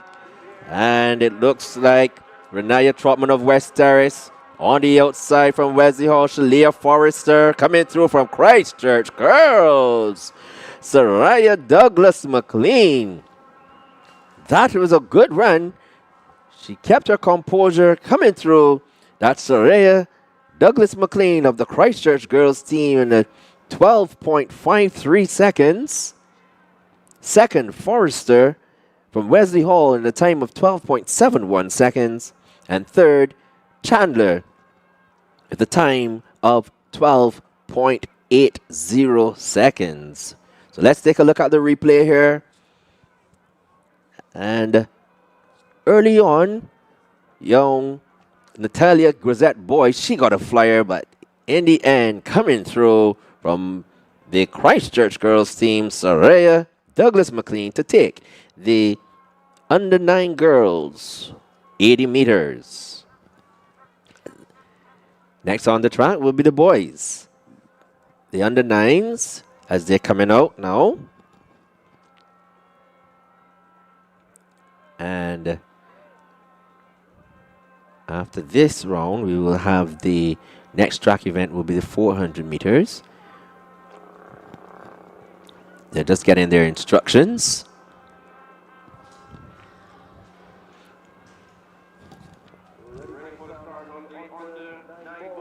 As we see them here. So, as I said, it's a very beautiful day here at the Usain Bolt complex. The under 9 boys, it's their turn. Just waiting for them to hear their names, and there we go. In lane 1 from Roland Edwards Primary, Kai McCollin. Lane 2 from Blackman College, Xavier Brathwaite. Lane 3 from Happy Vale Montessori, Amir Burnett. Lane 4 from Bailey's Primary, Austin Jones. Lane 5 from Wesley Hall Primary, Atavio Maynard. Lane 6 from St. George Lions, Riley Augustine. Lane 7 from Good Shepherd Primary, Nikolai Dewar. And in lane 8 from Blackman Gollop, Shadari Walcott. The under 9 boys, 80 meters, and they're chasing a time of 10.60 seconds, set in 2002, then by Gary Weeks of St. Winifred's. Yeah, and coming in this race, Austin Jones, he's coming in with the fastest time of 11.79 seconds from Bailey's Primary, Michael Jules. Oh, yes. So they're on the starters' orders. I expect that running from Burnett, Jones, Maynard. Those three should be where the action is. They're off and running. A pretty even start right now in lane 4 is Austin Jones from Bailey's being challenged though from Happy Vale. Burnett of Happy Vale. That's your man, Neil. Yes. He's done it by far. Amir Burnett of Happy Vale, the winner, and we'll get the official time. 11.50 for Burnett. You did mention that's the guy you were looking forward to seeing run. Yes. Yes, Amir Burnett.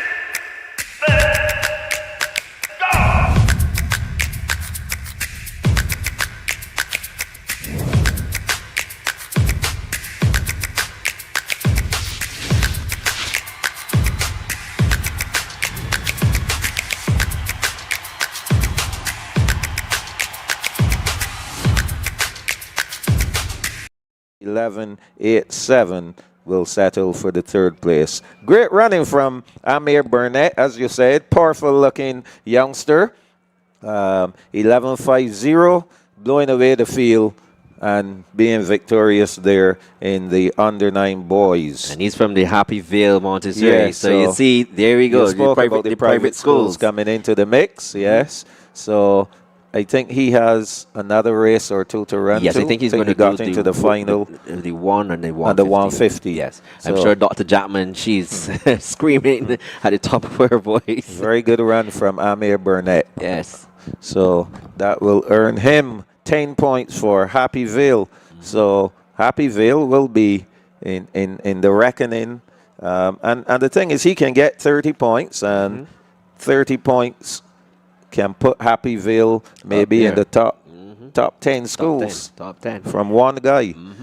So great performance there, and that will do it for the 50s and the 80s. We expect medal presentation at some point in time. Haven't seen that as yet. Okay, so I understand that we have a guy by the name of Spinney who will be coming to do some kind of display.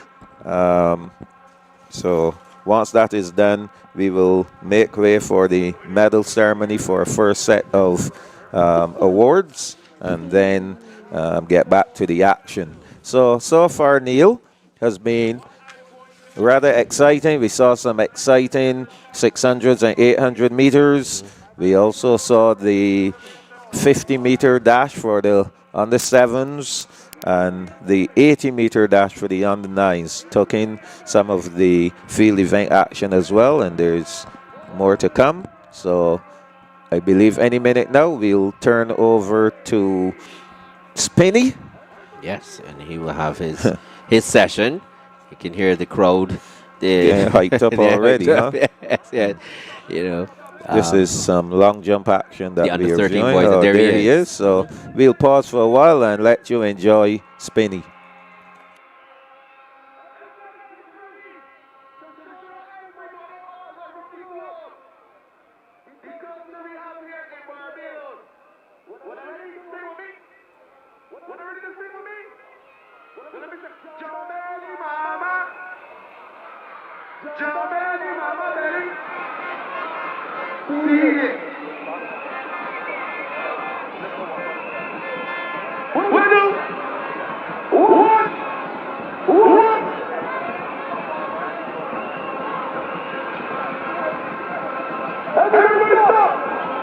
Everybody hands up!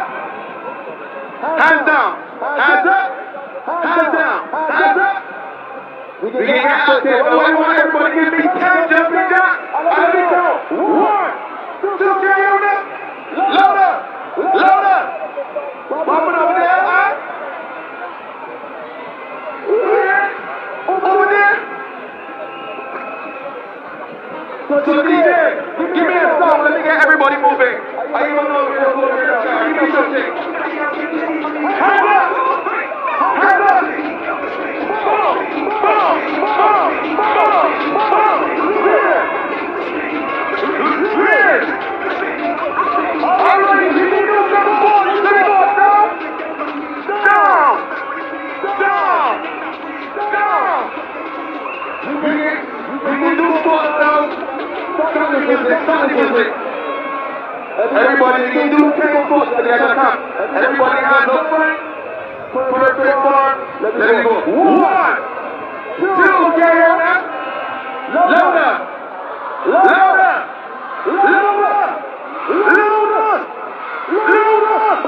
Load up. Load up. Load up. And your rule is going to win that today. Keep some noise.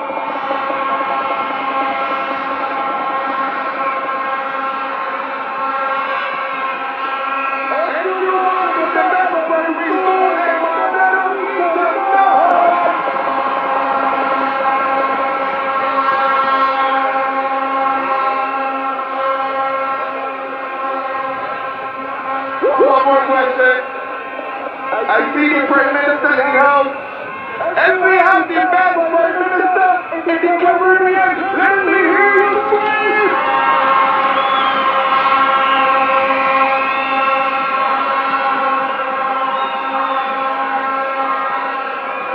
DJ, play, give me darker there, please. What is it now? I put my darkers on. Why?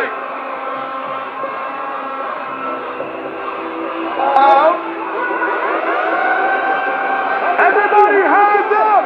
Sing! Sing! Sing! Sing!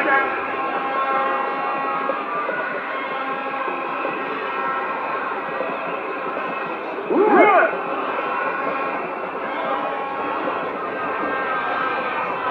Everybody stop!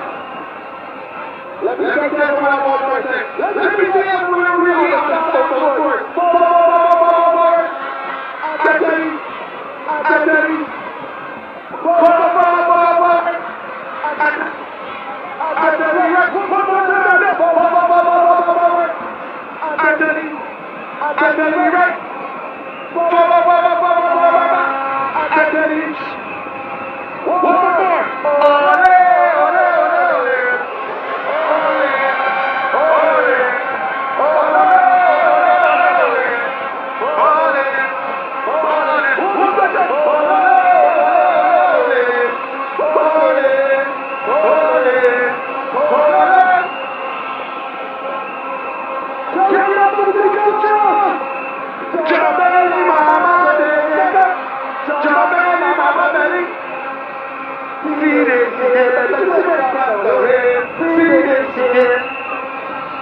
Come down, come down, we are doing that. Okay, come down, we are doing this. Okay, come down, we are.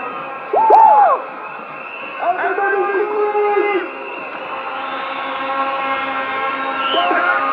It's my time. I come up from here. Now another word. In English. Oh. Listen, music. Hey! Hey! Hey! Hey! Yes! Yes! Run! Run! Run! Run!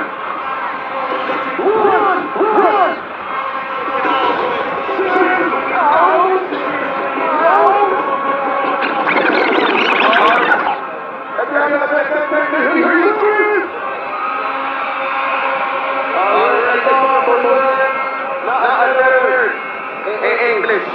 Boom.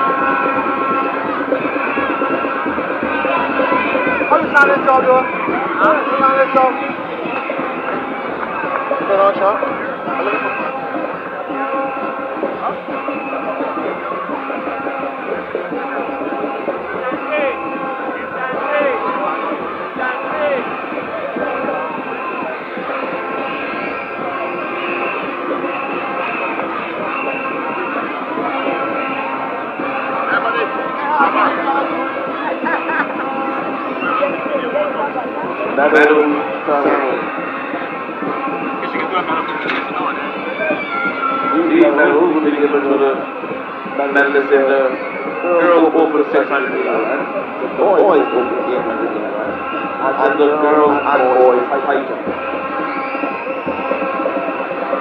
Medals being presented by Honorable Mayor Prime Minister of Barbados.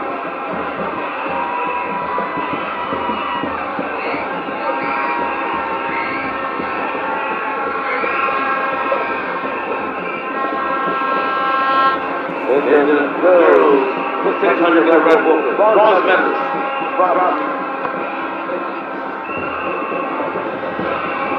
Ladies and gentlemen, boys and girls, I ask you to please be silent, quiet, so they can hear their names being called.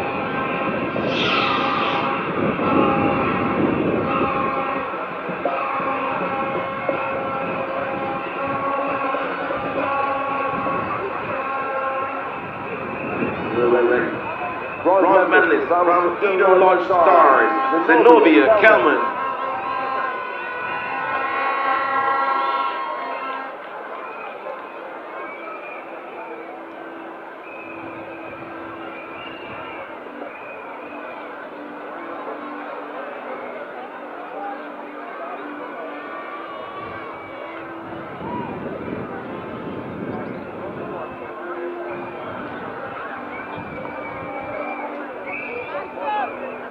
Silver medalist.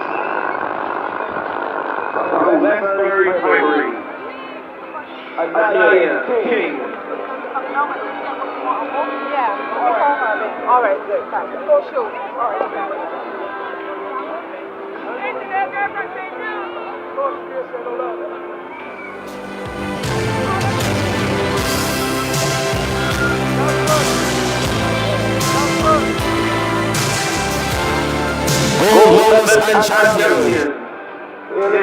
Proud moment. Yes. And the gold medalist and Sheffield's knapsack champion in the girls' open 600 meters, Janaya Aline of St. George Primary. There we go, our champion, 154.95. Congratulations to those three athletes. Yes. Yes. Well done to those young ladies. Gold, silver, and bronze medalists. Okay, we should be seeing the boys next. The 800 meters. Yes. So our bronze medalist, Malix Davy of Arthur Smith. There he goes, 232.17.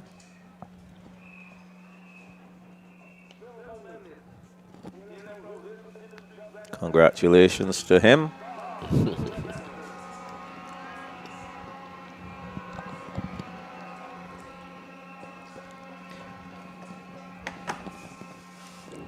Our silver medalist, Zar Broom Webster from Williams Industries West Terrace, 228.54.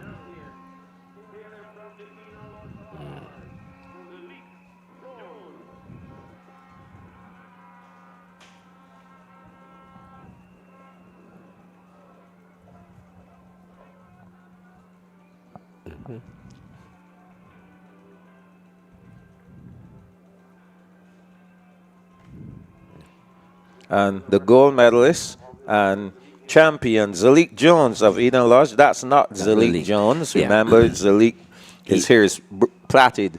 Yes. This is not Zalik Jones. yeah. Obviously, he's preparing for the 400 meters. Yes, yes. So, yes. A representative will come to collect his medal on his back. 228.42. Yeah. I trust that he has told the Prime Minister, I'm not Zalik.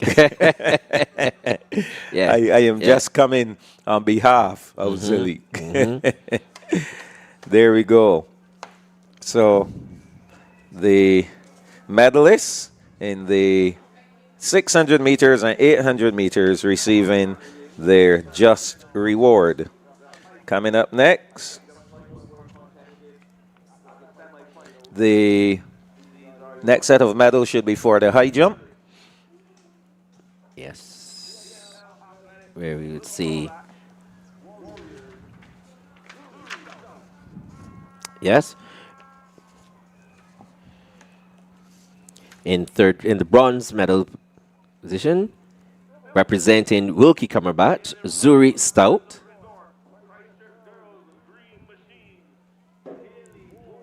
Just about to receive her medal.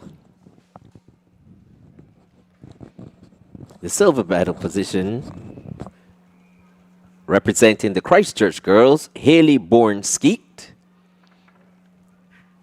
She broke. Yeah.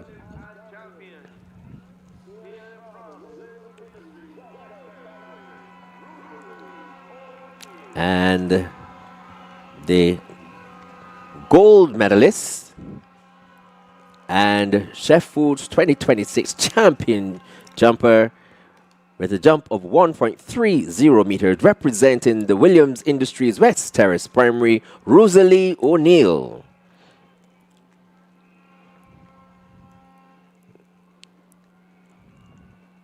And congratulations to Rosalie O'Neill, and I'm sure she's getting ready for the 400 meters. And now we'll have it's the turn of the boys. And I'm sure I'm going to have a very proud grandfather. Oh, yes. In the third position, Dondre Jack. Yes, somebody please take a screenshot of that. It's from St. George Primary School in Lyons.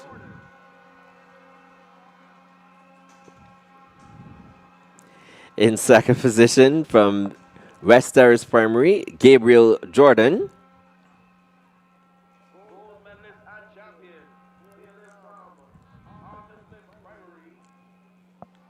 There you go. And gold medalist and Chef Foods NAPSACbb 2026 champion, representing the Arthur Smith Primary School, Kareem Marsh, with a jump of 1.35 meters. Congratulations to these medalists. Congratulations as they wave to the fans. Congratulations. Well done. Michael Jules, congratulations to you, sir. Thank you. Your training paid off. Well done. And of course, the Honorable Mia Amor Motley making that first set of presentations. I believe there's some more to come. The 50 meters for the girls and the boys, and the 80 meters. So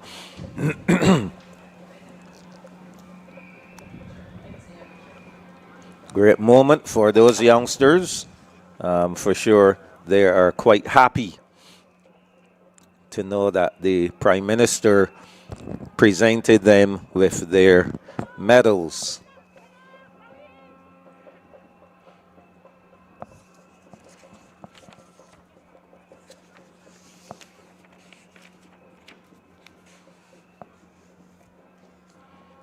So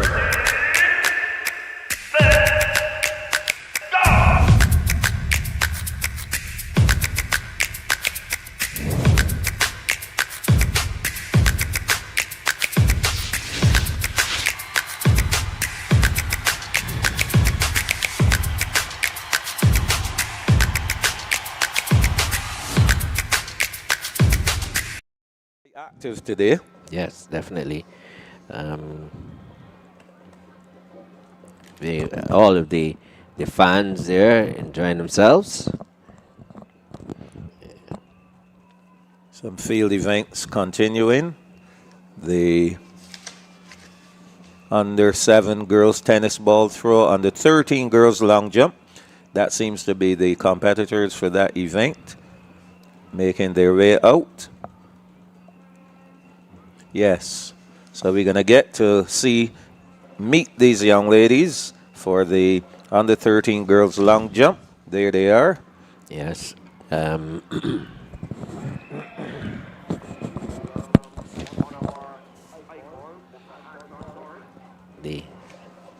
This is the long jump. As you can see,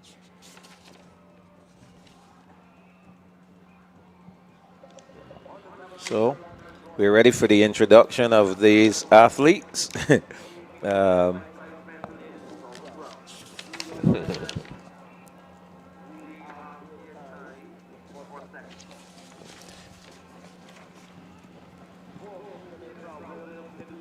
So here we go. Competitor 4616, Nia Williams of Williams Industries West Terrace. 5347 from Roland Edwards, Carissa Graham. Next to her from St. Christopher, Amika Price. From Hinesbury, Nairobi Goodin. From Wilkie Cumberbatch in the orange headband, Kaylee Howard Jones. From St. Ambrose, Azaria Lynch, and from Hildeskeen, Rashana Holder. Rashana Holder comes in with the best time. Sorry, the best jump, 4.44 meters. That's good jumping. Very good. The record is 4.96 meters, and that was established in 2016 by Tiara Stewart of Roland Edwards. So we look forward to these young ladies. And here we see a next medal ceremony in progress. I believe this is the 50 meters for the under 7s. The gold medalist, the bronze medalist, Zaya Brown of Blackman and Gallup.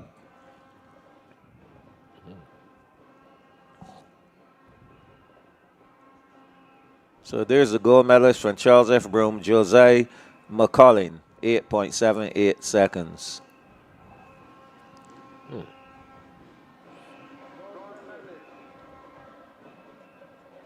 Young lady from Blackman and Gallup really should be the bronze medalist. Kerisha Ramsey Hines of West Terrace. She was the silver medalist. And the gold medalist is McCollin.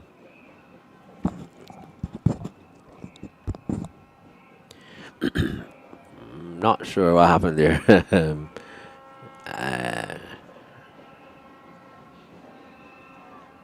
Yeah. I guess they will sort it out. They'll sort it out. So presenting these awards are Mr. Anton Norris, who is one of the icons. The Anton Norris Zone. And of course, he was an outstanding high jumper in his day. So we'll see the next presentation. Well, here they are. We have the under 7 boys should be up now. next. Trying to get the crowd to quiet down. It's going to be a hard thing. Yes, they're in a festive mood. Excuse me. We can see friend Julian Pierre, the deputy chair this year. He's actually the championship director. Championship director. Yes. Okay, so we have here. No, this is the girls. Okay, maybe these are field events. Yes. Yes, these are probably some field events that we do not have those results as yet. But congratulations to them. The medalists. That's St. Stephen's getting silver medal. Let's see if we can pick that one up. And only the gold medalist from the St. Jude's team. So congratulations to that athlete. St. Albans getting the bronze. Yes, so congrats to those young ladies.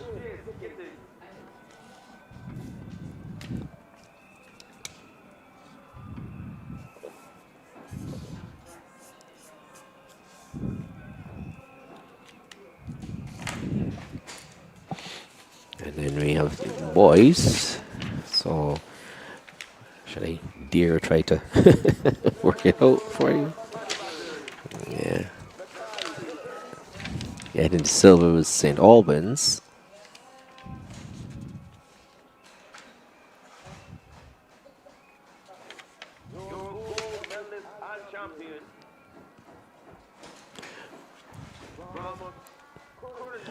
Well, what I can tell you though, Michael, is that's where the competition is pretty good. You know, we have seen a couple athletes who we thought would have who done better and just fallen a bit short, but also seeing some new winners. So that one, that young lady, that young man there from the Luther Thorne Memorial, winning.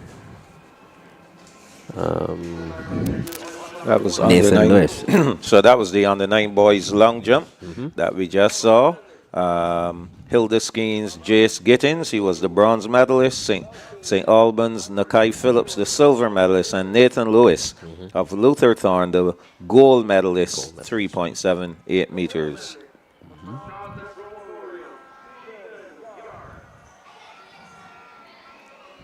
And the bronze So as Welch's. this is Welch's primary here.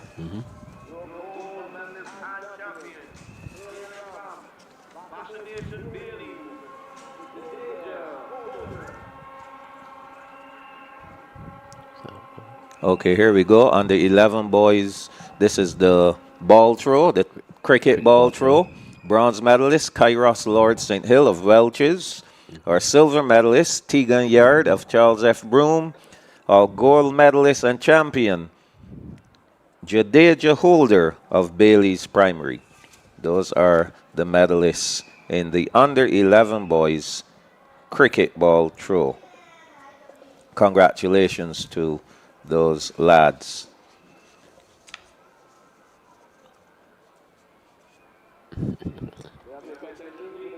Indeed, they're very happy. Of course, wouldn't you Yes, be of happy to go course. home with a medal around your neck from NAPSACbb? Of course, of course, of course. I know my grandson is beaming with Ah. that medal, for sure. I'm sure you ran and jumped straight on you and said, "Granddad, here's my medal." The evening of the semis, he was in the bus. Right. And as soon as I walked down the stairs, he was screaming. Yes. Yes. Okay. Same Blackman and Blackman Gollop. Gollop.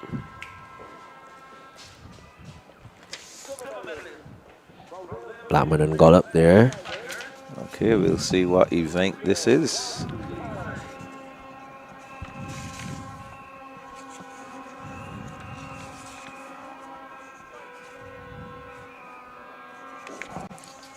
Silver goes to West Terrace. Okay, on the 7 girls 50. Right. And the Yes, that's it. gold medalist and Chef Foods champion for 2026, representing Charles F. Broome Memorial, Josiah McCollin, in a time 8 See, she has. This is her second gold medal. Yes. That means that she won a gold in either the long jump. standing broad jump. It's the under sevens. Yes, so she probably won the standing broad jump and also the 50-meter dash. Oh yes. And now we're seeing here, this is the under 7 boys, 50 meters. So that's double. Double. And I found out why he cried, why he was crying. I think someone went over in his lane. Wow. Okay. Cause him a little discomfort.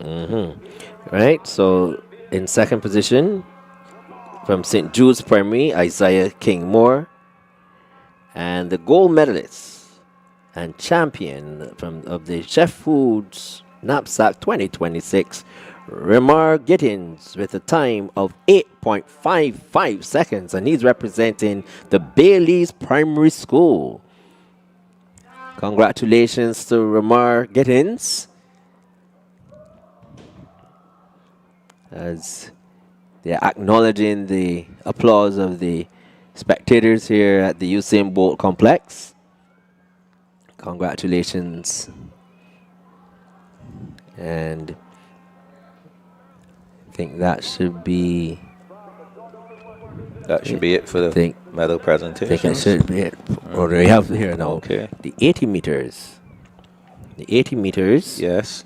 So this is Zanaya Chandler of Good Shepherd, the bronze medalist in the under 9 girls 80.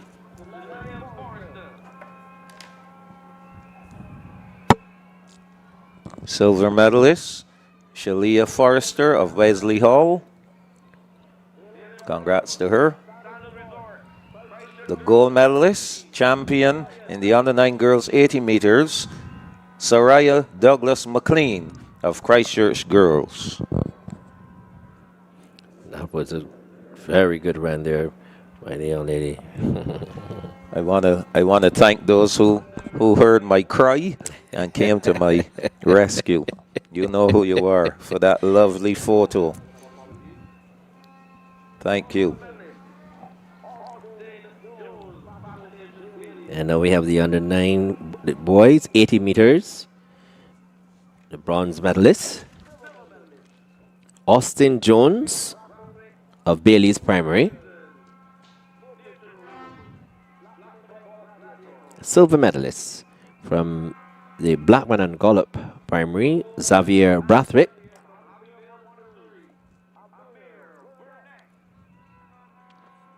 And gold medalist and champion for the Chef Foods Knapsack 2026, representing the Happy Vale Montessori, Amir Burnett, with a time of 11.50 seconds. Congratulations to Amir Burnett on achieving his gold medal. Oh yes, well done to all the medalists. Great job. And yes, these little ones must be really happy to know that they're taking home their medals. Yes. And there should be some inspiration to them, Neil. Yes, definitely. Congratulations to all of them, all of those medalists. They have done really well. Okay, so we have another presentation. So this is a field event. That is Bailey's, is it? Bailey's. And this is Ramar Gittins getting the bronze. Is it that he's receiving it on behalf of someone? Also getting a medal from the West Terrace team. That's his silver. Okay, so this is the under. These are these under 7s? No, they're not. These are the under 9s. Okay. So then it can't be Ramar Gittins. But he's there to collect. Okay, because then these could be under 7s. These could be under 7s. Ramar Gittins from Bailey's, he was 3rd. West Terrace Sayer Brooks was 2nd, and Renako Trotman. Yes, so this is the under 7 boys ball throw. Yes, the cricket ball throw. Sorry, the tennis ball throw. Ramar Gittins, the bronze medalist, Sayer Brooks of West Terrace, the silver medalist, and the gold medalist, Renako Trotman of West Terrace. So here's a case. Again, there we see Anton Norris still looking good. Yes, looking good and strong. Congratulations, yes. He's still looking good and strong. Presenting the first set of medals. So here's an example, Neil, of where the points, you will not see these points from the field. However, West Terrace raked up 18 points from that under 7 boys throw. And we didn't see that, but those points are surely going to make a lot of difference. Okay, so we are on track, Neil. The 400 meters are coming up. 400 meters. Under 13 girls will get things going. And we begin with the knapsack record, 1:00.77, 60.77 seconds, set by Ashlyn Simmons of Eden Lodge in 2019. That's a lot of running. We see if any of these girls have what it takes to get up there to 60 seconds. So we'll give you the lane assignments in a couple of seconds, soon as the stadium announcers get ready.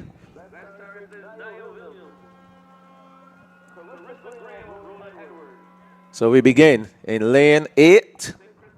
We begin from lane 8. I don't see any athlete in there. So lane 7, representing Hillaby Turner's Hall, Lahel Innes. Lane 6. Lane 6, representing Williams Industries West Terrace Tigers, Rosalie O'Neill. Lane 5, fresh from a gold medal in the 600 meters girls open from the St. George Lions, Janaya Aline. In lane 4, fresh legs, coming in with the fastest time of 1:05.19, hailing from Blackman and Gollop, Shakayla Benjamin Morris. In lane 3, representing St. Bernard's, Omora Aline, also a fresh set of legs. In lane 2, from Hilda Skeen, Sahara Seal.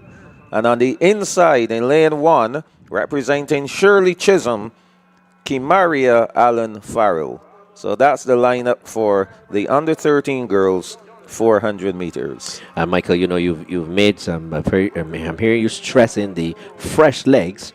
You know, for Shakayla Benjamin Morris. I know this is a young lady that you are very sweet on her. Yes, oh yes. And she's coming in here with the fastest time of 1:05.19 seconds.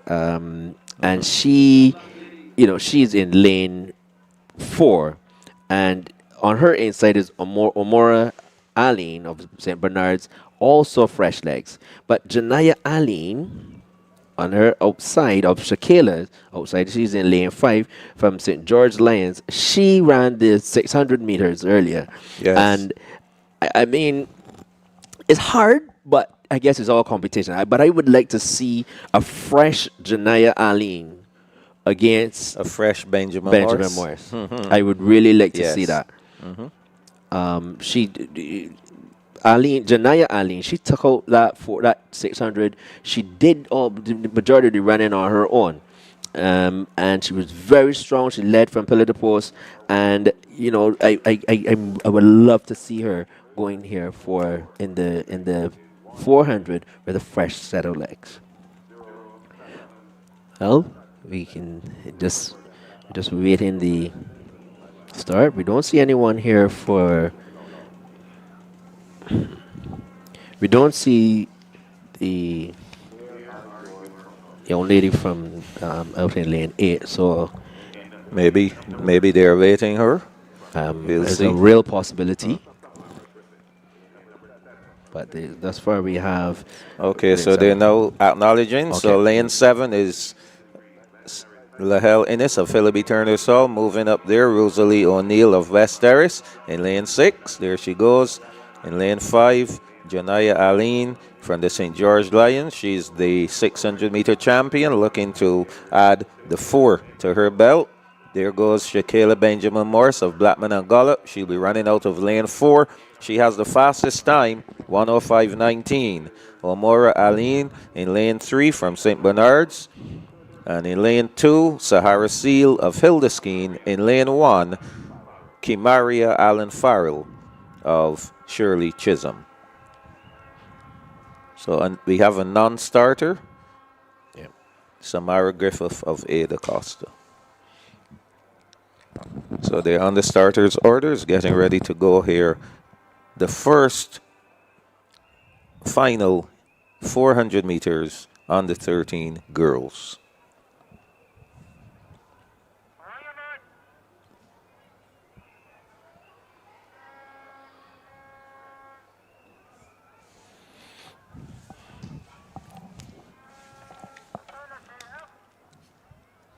It's being asked to stand.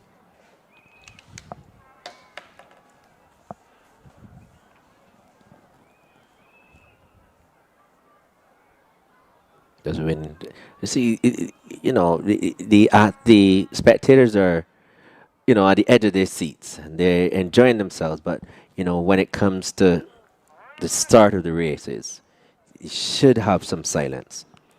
They're no longer using the old pistol, and that the gun here nowadays, Electronic gun. It's very hard to hear over the noise. So they're off and running. Alan Farrell, Seal, Aline, Benjamin Morris, Aline, O'Neill, and Innes. They're chasing 60.77 seconds. The knapsack record looking good heading down the backstretch. Rosalie O'Neill of the Williams Industries West Earth Tigers. Innes of Hillaby Turner Saul on the outside doing some early running. Here comes Benjamin Morris of Blackman and Gollop. She's now entering the picture. There she goes, arms working a lot better today. Shakila Benjamin Morris, she has taken over. She is ready to go. She is going. Rosalie O'Neill, will she have an answer? Is she going to answer, Neil? Seriously, no answer here. It's all a Shakila Benjamin Morris show. Blackman and Gollop, they're going to be rejoicing. 10 points. Shakila Benjamin Morris wins it. Second will go to Rosalie O'Neill. Let's see who will grab that third spot. On the outside is Innes of Hillaby Turner's Hall and Janaya Aline. The legs did not work for her. I think the stress of that 600 meters. Yes. So Benjamin Morris, 103.54. That's an improvement. Great improvement. Second going to O'Neill, 104.47. And I think Innes from Hillaby just got up there. Correct. Innes of Hillaby Turner saw 108.24. So those are our top three. And I'm sure Janaya Aline won't be too pleased with that time at all. But again, fresh legs again, Michael. Yes. I think all three of these young ladies here, yes, were fresh. Yes. On the day, it is what it is. We're gonna find the same situation here too, Neil. Definitely. With these boys. Definitely. Well, it's the turn of the boys, the under 13 boys, 400 meters. And they're chasing a knapsack record of 56.70 seconds set in the year 2020 by Ethan Hart, then of the St. George Primary. And we have our athletes lining up.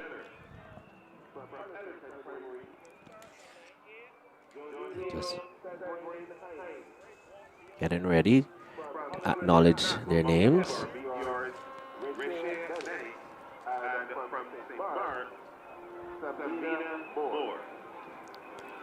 So we're gonna have them. Well, they will hear their names and then they will advance to the starting blocks.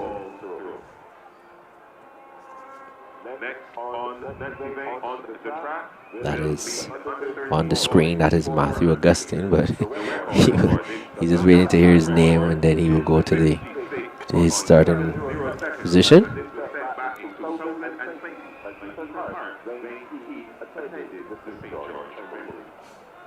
in lane number 8. Also, that's the keel. And this is here we go. In lane 8, representing the Holiday Snacks Mount Tabor Meteors, Matthew Augustine. In lane 7, from St. Philip's Primary, Takil Seeley. Lane 6, from Eden Lodge, Zalik Jones. There he goes, the Yes. 800-meter champion. Lane 5 from Blackman Gollop. Blackman Gollop will be represented by Nathan Phillips in lane 5. Lane 4 from St. Winifred's, Joshua Russell. Here he is in the green. In lane 3, representing Luther Thorne Primary, Liam Weeks.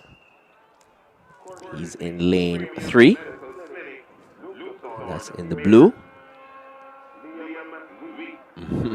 Yes. In lane 2, representing the Welches Primary, Davico Stevenson. I think we saw that Davico earlier. And in lane 1, representing Blackman and Gollop, Xavier Lucas. And interesting, we have 2 in here for the Blackman and Gollop team. Oh, yes. And I can tell you this is going to be really tight. I'm looking at Joshua Russell. Yeah. He was impressive coming Phillips. through. Phillips in here as well. Zalik Jones, he's not a sloth either. Nor Liam Weeks. And Takil Seeley. Oh, that's a guy I love to see running, Takil Seeley. I think he has loads of potential. Oh, yes, he is. You're on the starters' orders.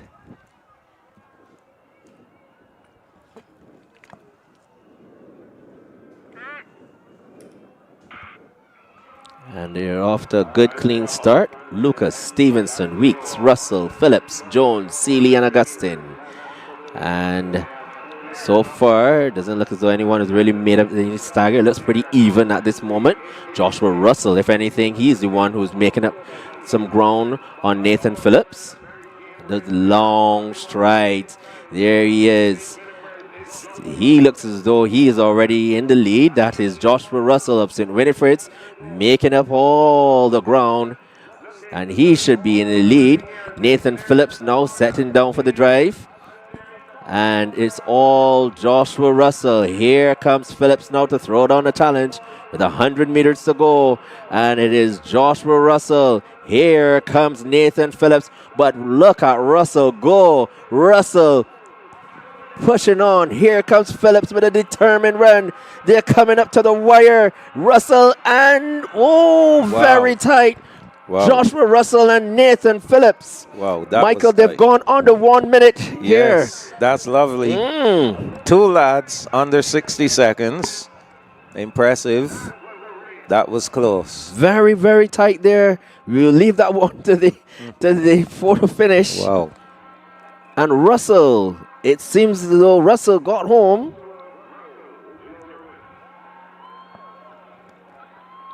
Yes. Joshua.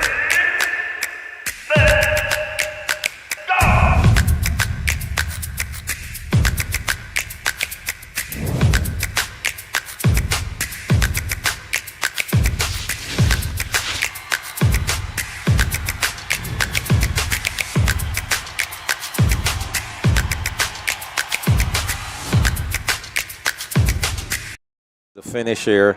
I think young Russell probably started to lean a little too early. Yes. Yes. If he had stood and kept running, and then he would have been surely clear of the win. We won't have to bother about the camera. It would have there been he goes. easy one. He's helping Nathan to his feet. Great performance from those 2 lads. Yes. So those are 2 names that we will definitely be looking to hear from in the future. I think Phillips might be a little disappointed with that defeat. He's gonna run the 1 and the 2, and probably was thinking, hey, I'm gonna win 3 events, 30 points, and a shot at Victor Ludorum. However, we see the lads congratulating each Liam other, Weeks. and yes, a good run from them all. Well done. So 60 points.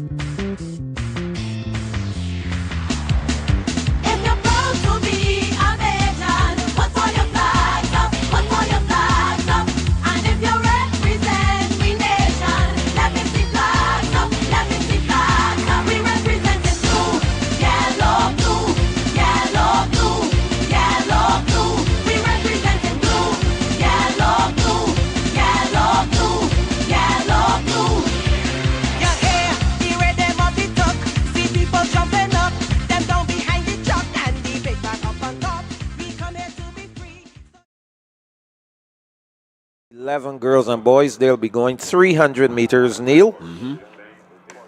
All getting ready to go. A name here that we have heard over the past 2 years. Tayeja. Yes. Oh, yes. Boucher. See her all excited and getting ready. So let's go. Ariana Scanterbury of Eden Lodge in lane 8. In lane 7, Deanna Burrows of St. Christopher. In lane 6, Naya Daniel of Roland Edwards. In lane 5, making the sign of the cross, she has all of the antics already. Tayeja Boucher of Hildeskeen. In lane 4, Tylisa Small of Welches. Now this is going to be a ding-dong battle between these young ladies. In lane 3, Sakari Small of Hildeskeen. She'll be coming up next. There she goes. In lane 2, Nayla Johnson of Williams Industries West Terrace Tigers. And in lane 1, Aiteji Isak Griffith of Wilkie Commonbatch. So that's the lineup. Coming in with the fastest time, Tylisa Small of Welches, 48.07 seconds. And I know, Michael, she's going to be stepping. I know that this is going to be one of the, or should be one of the closer races. Just like the 400, the boys, 400 just now.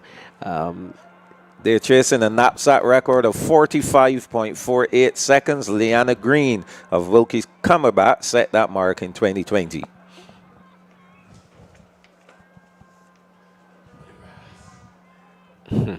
They're off and running. Griffith, Johnson, the two smalls, Boucher, Daniel, Burrows, and Scantleberry. Doing some early running there is Daniel of Roland Edwards. She's taking this one out quickly. On the outside, Scantleberry of Eden Lodge. As they come to the halfway mark, just about 150. Look out for the small. Here comes Tylisa Small of Welches Primary, putting her foot down on the gas. Just about 100 meters to go. It is Small and Boucher chasing. Small looking effortless. Look at her run. Boucher giving chase. Boucher now taking over. Boucher all the way to the finish.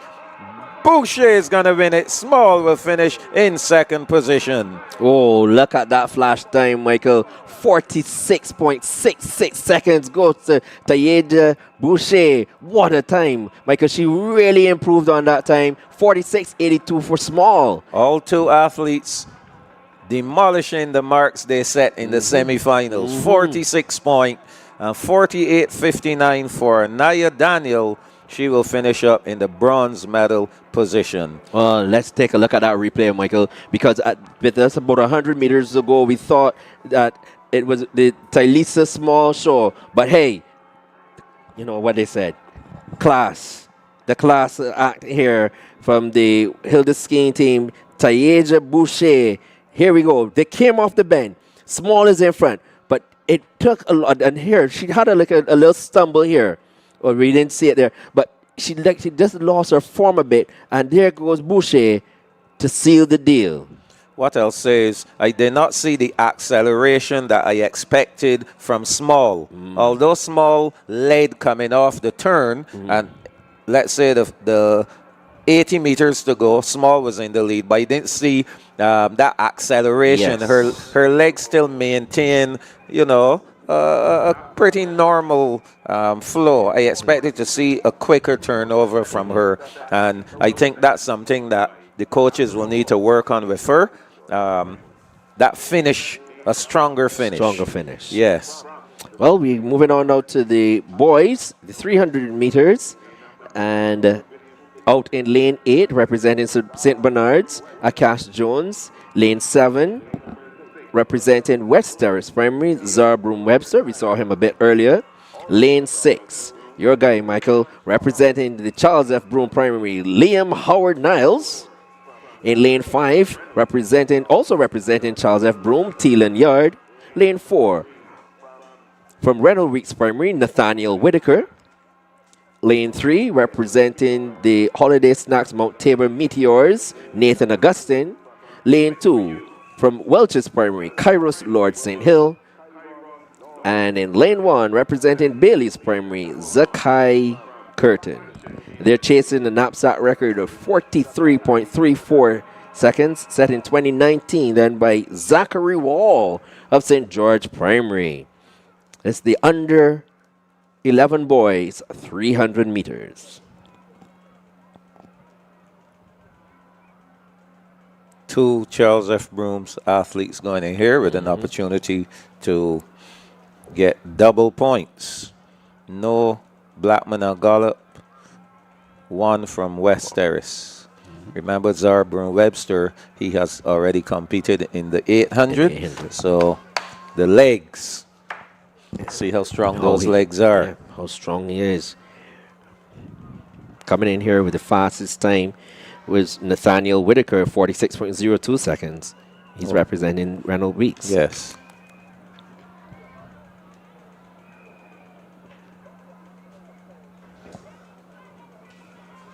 And away they go. Curtin, Lord St. Hill, Augustine, Whitaker, Yard. A look quickly.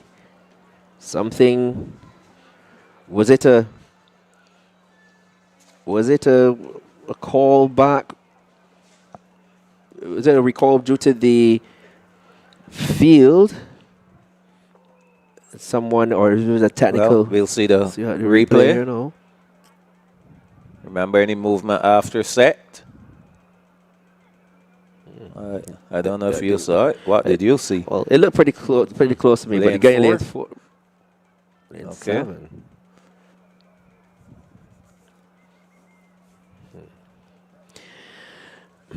You know, I hold my tongue on this one. Yellow goes to lane 2. Lane 2. Okay. Didn't look that way to me. I mean, wow. And it goes to the field.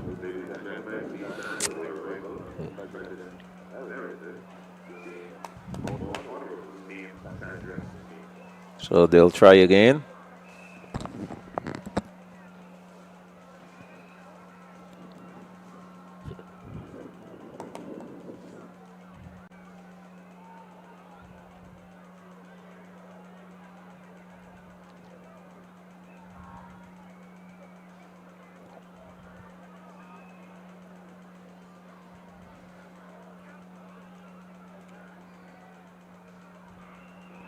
This time is a good clean start as they power down the back stretch. You can see Augustine of Mount Tabor. He's trying to run down Nathaniel Whitaker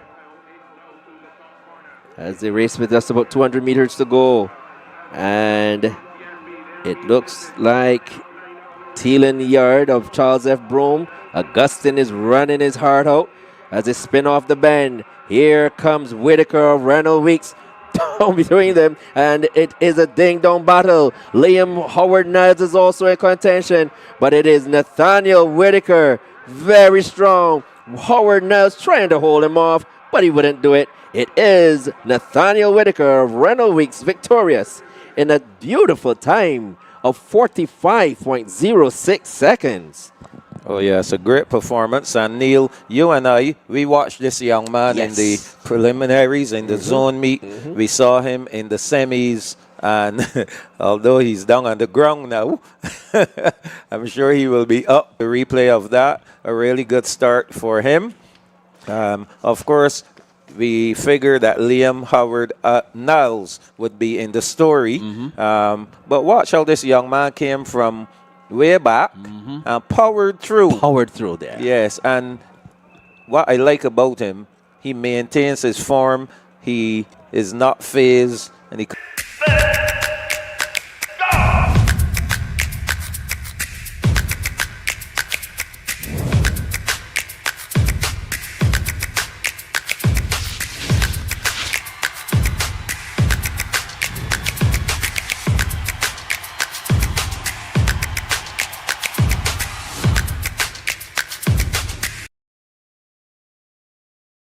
Gold medal, they'll be happy with those 14 points. So congratulations to all concerned. That's a very good run there. And that completes the 300.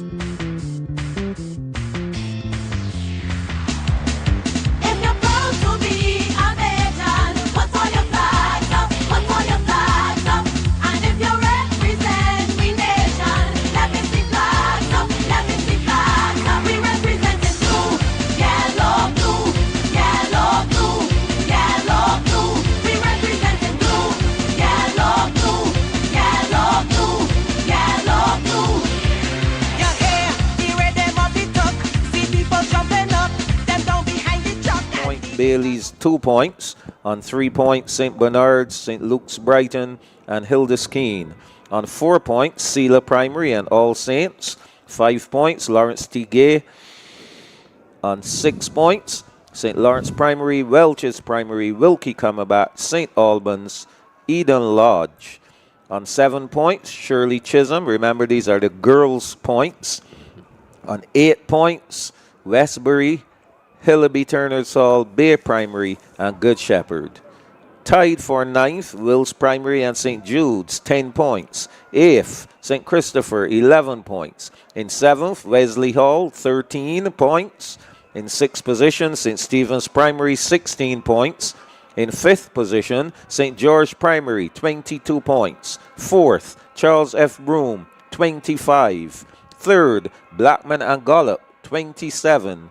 2nd, Christchurch Girls, 29 points. And leading the girls on 48 points, the Williams Industries West Terrace Tigers. And in the boys, on 1 point, sharing 1 point, Wesley Hall School, Holy Innocents Primary, and Grisette's Primary. On 2 points, Shirley Chisholm, St. Christopher, and Good Shepherd Primary. On 3 points, we have Warren's Primary, Belmont Primary, St. Philip Primary, and St. Bernard's. On 4 points, in 25th position, is St. Matthew's Primary. On 5 points, St. Giles Primary. On 6 points, Roland Edwards. On 8th points, sharing 8 points, Mount Tabor Primary, Hildeskeen, Selah Primary, and St. Albans. On 10 points, sharing 10, would be Gordon Walters Primary, St. Winifred's School, and the Happy Vale Montessori. In 15th position, on 11 points, Milton Lynch Primary. In 14th position, on 12 points, St. Cyprian's Boys. In 13th position, on 13 points, St. Stephen's Primary. On 14 points in 12th position is St. Jude's Primary. Sharing the 10th position on 16 points, Arthur Smith Primary and Luther Thorne Memorial. In 9th, on 18 points, St. George Primary. I beg your pardon, that's Eden Lodge Primary on 18 points. In 8th position, on 20.5 points, St. George Primary. In 7th position, on 21 points, Charles F. Broom Memorial. Sharing the 4th position, ladies and gentlemen, here we go. St. Lawrence Primary, St. Gabriel's, and Welch's Primary, they are all on 24 points. In 3rd position, on 34 points, Blackman and Gollop Primary. In 2nd, on 58 points, Bailey's Primary. And leading the boys with 63.5 points, the team from Williams Industries West Terrace Tigers. Well, Neil, Williams Industries West Terrace Tigers leading both the girls and boys. Is it too early? Is it too early? It looks a little. It might be a bit early in the boys. The girls, I'm thinking the girls may find it a little easier. So, is it too early to say we have double crown champions? Williams Industries West Terrace, girls and boys champions? I would say wait right down to the relays for the girls for sure. Okay, good. Okay, I'm gonna write. For the boys, for the boys, it is probably going to be a little more challenging for them. Okay, so we are back on track with the 100-meter finals. Who will be the fastest boy and girl in the country? Let's see. In lane 1, primary school. Sadie Coppin of Bailey's Primary. There she goes. In lane 2, Micah Mangle of All Saints. In lane 3, Shakayla Benjamin Morris of Blackman and Gollop, looking for her second gold medal. She just had the victory there in the 400 meters. And, of course, she'll be looking for 3 gold medals. Let's see what she will do. Azaria Toppin of the St. George Lions in lane 4. In lane 5, Navia Winfield of Christchurch Girls. In lane 6, Janique Aline, Williams Industries West Terrace. Lane 7, Naya Harvey of Christchurch Girls. And lane 8, Rishana Holder of Hildeskeen. I'm going. I'm going. I mean, she didn't have a good run in the semifinals, but Michael, I You're am going. with Holder. I am going with Holder. I know you are sweet on Holder. I'm going with Holder Yes. here, Michael. Yes, and Definitely. remember, Holder competed in the long jump. In the long jump. Yes, Yeah. earlier in the morning. So we'll see what she will bring. So this one, these girls are chasing 12:87, the record set in 2016 by Naomi Ford Hines from St. Paul's Primary. 12:87. The fastest qualifier, Azaria Toppin of the St. George Lions. She comes in with a 13:65. And it was very close between these three girls. Winfield 13:67 and Aline 13:68. Yeah. But remember, as we keep saying, it's not what you did, it is what you will do on the day. On the day. And we they're looking at when you look at times, boy, it was that 13.26. It's still etched in my memory, Michael. Oh yes, from Roshana. yes, So yes. if she can come and run a 13.2, if you will set your mind back to there was the American champion who won from lane 8. We'll see if we can have a champion from lane 8. On the starters' orders, under 13 girls, 100-meter final. They're off and running. Coppin, Mangle, Benjamin Morris, Toppin, Winfield, Aline, Harvey, Holder. Look out there, lane 8. Holder is looking good. Holder, Coppin on the inside, Holder on the outside. Holder will do it. She wins from lane 8. Aye. Just as you said, Neil. Rashana Holder, that 13:26, she almost did it again. 13.28 seconds, the winning time from lane 8. Rashana Holder will give Hilda Skeen 10 wonderful points. Michael, I know that young lady. That she had an off day in the semis. In the semis, but here we go. 13.28 Michael Jules, 13.26 from the prelims.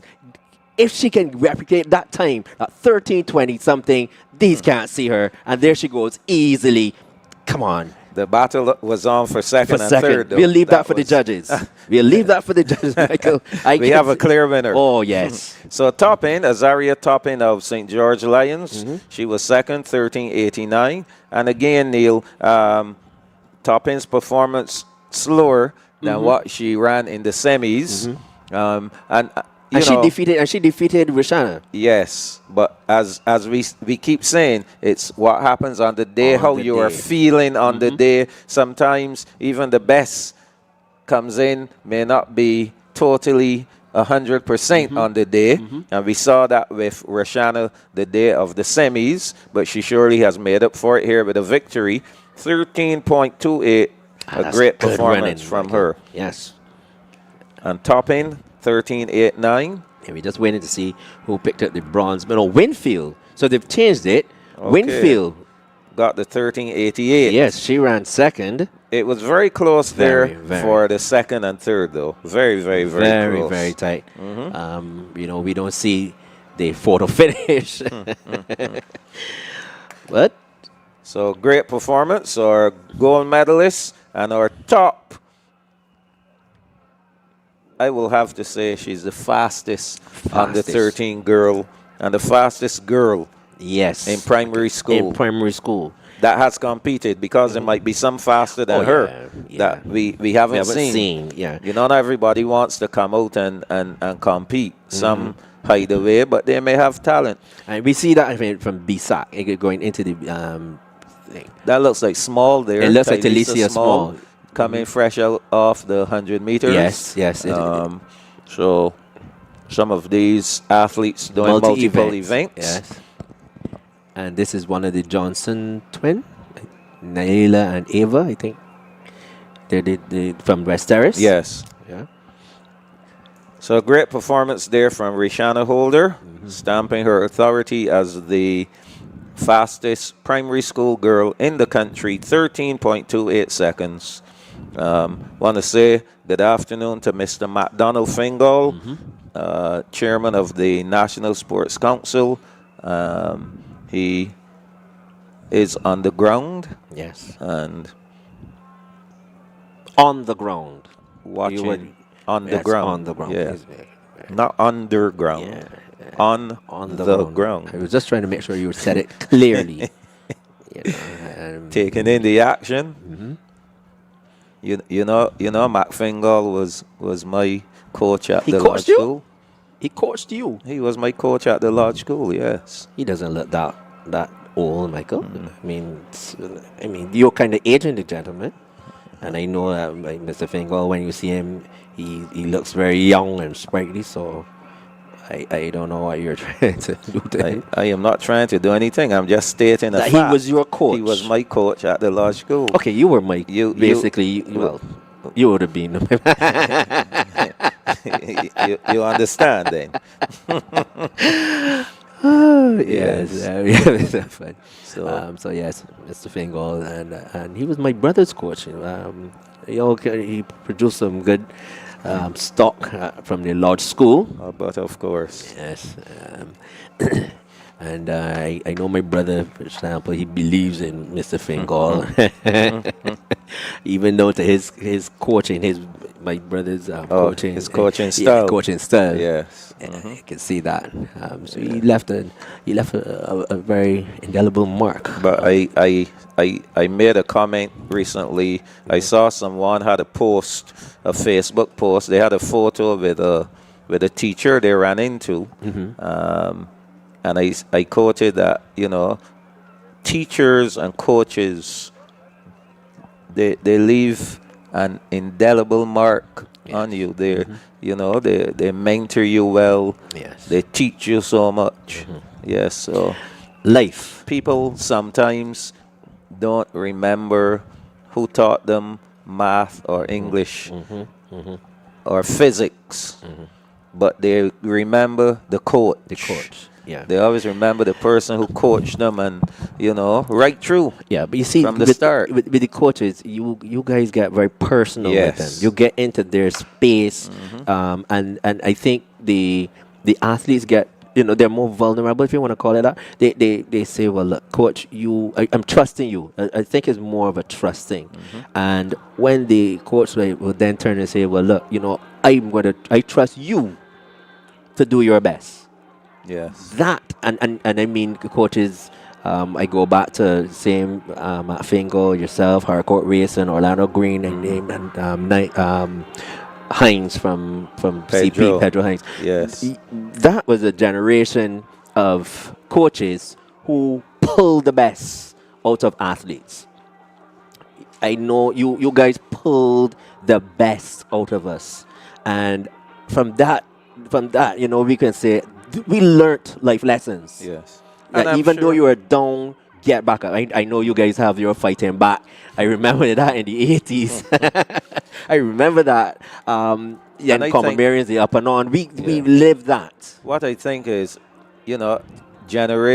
each generation as they come and go, they have these sets of individuals who become like icons and legends. Oh, yes. In their own kind, Yes. Oh, yes. who make a serious impact Yes. on the lives.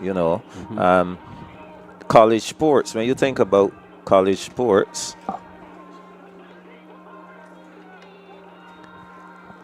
you hear about legends. The guy who coached the Hoosiers, the Indiana. And the coaches, Yeah. Knights. Yes, Bobby Bobby Knight. Knight, Bobby yeah. Knight. Yeah, Yes, yeah, Bobby yeah. Knight was a legend. Legend, You yeah, know, yeah. and he, as you talked about, getting deep into the lives of the individuals, and that's what coaching is all about. Anyway, it goes beyond just coaching.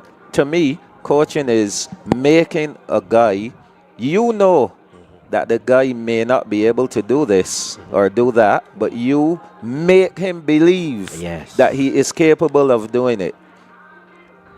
Yeah. And you put it into physical, emotional, psychological, you name it, and you get that guy to so much believe, then he actually executes it. Yes.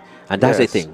When they execute it and they come back to you like, sir. Yes. And they say, Coach. Coach. Yes. Say, yes, I told you that you could. That do you it." can do it. Yeah, So getting that belief into individuals, making them do it. Yeah. And this shows the importance of sports. I go back to saying that. It's not only in the classroom. Come on. Yeah. Anyhow, you know how I get. You're going to start to. Oh my! Don't start it. You know how I get. You know. Yes. Yeah. But it's very. And I'm sure that right now we have.